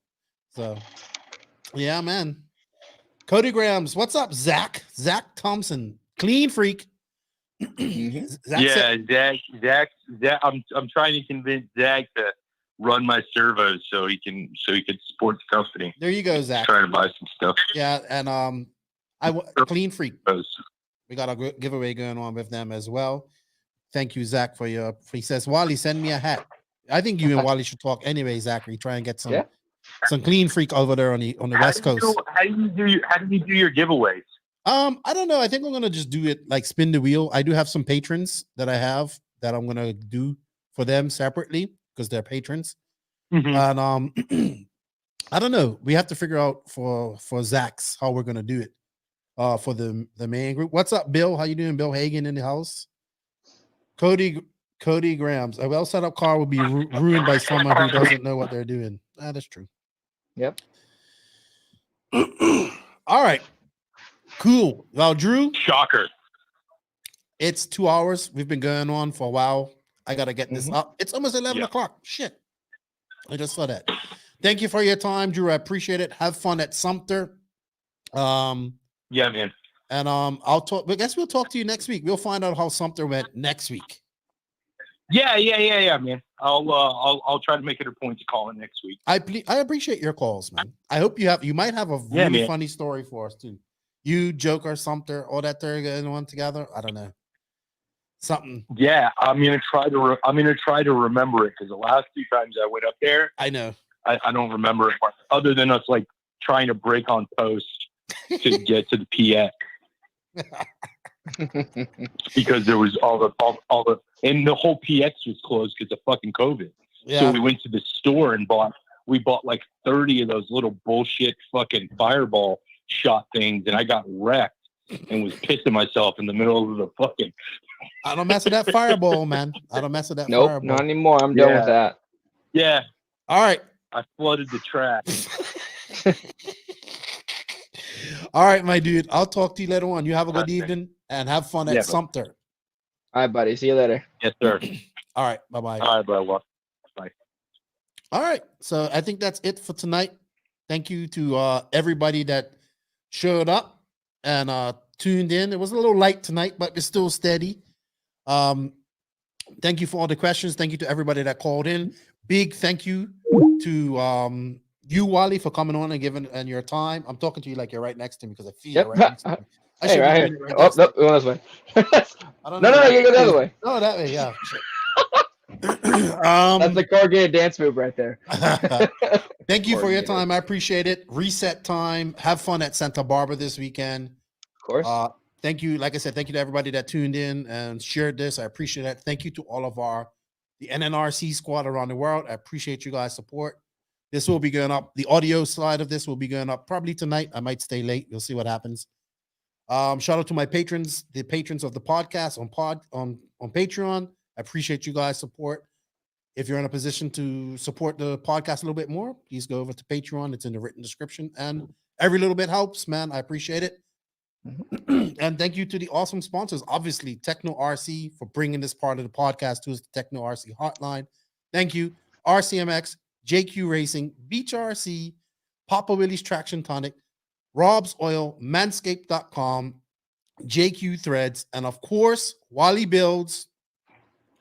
Follow all these companies on Instagram and Facebook, showing the sponsors some love, shows the podcast some love. And thank you. Wally, do you want to say anything before we leave her? I'm pretty good. Just want to say thank you guys for listening and watching and joining us and having some fun. I mean, I enjoy doing these on Wednesday, so I want to keep it going.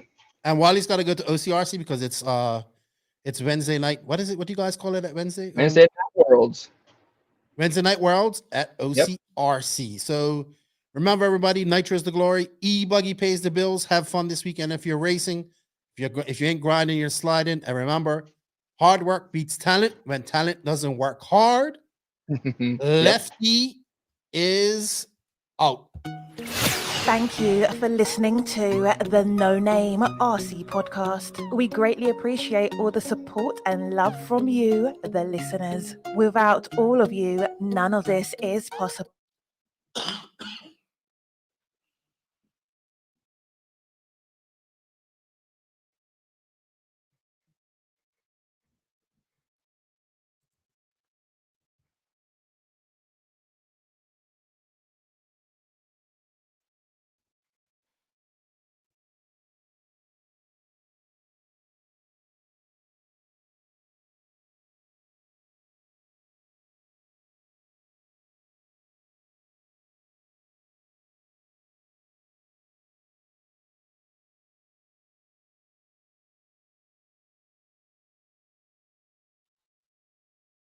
What are you looking at?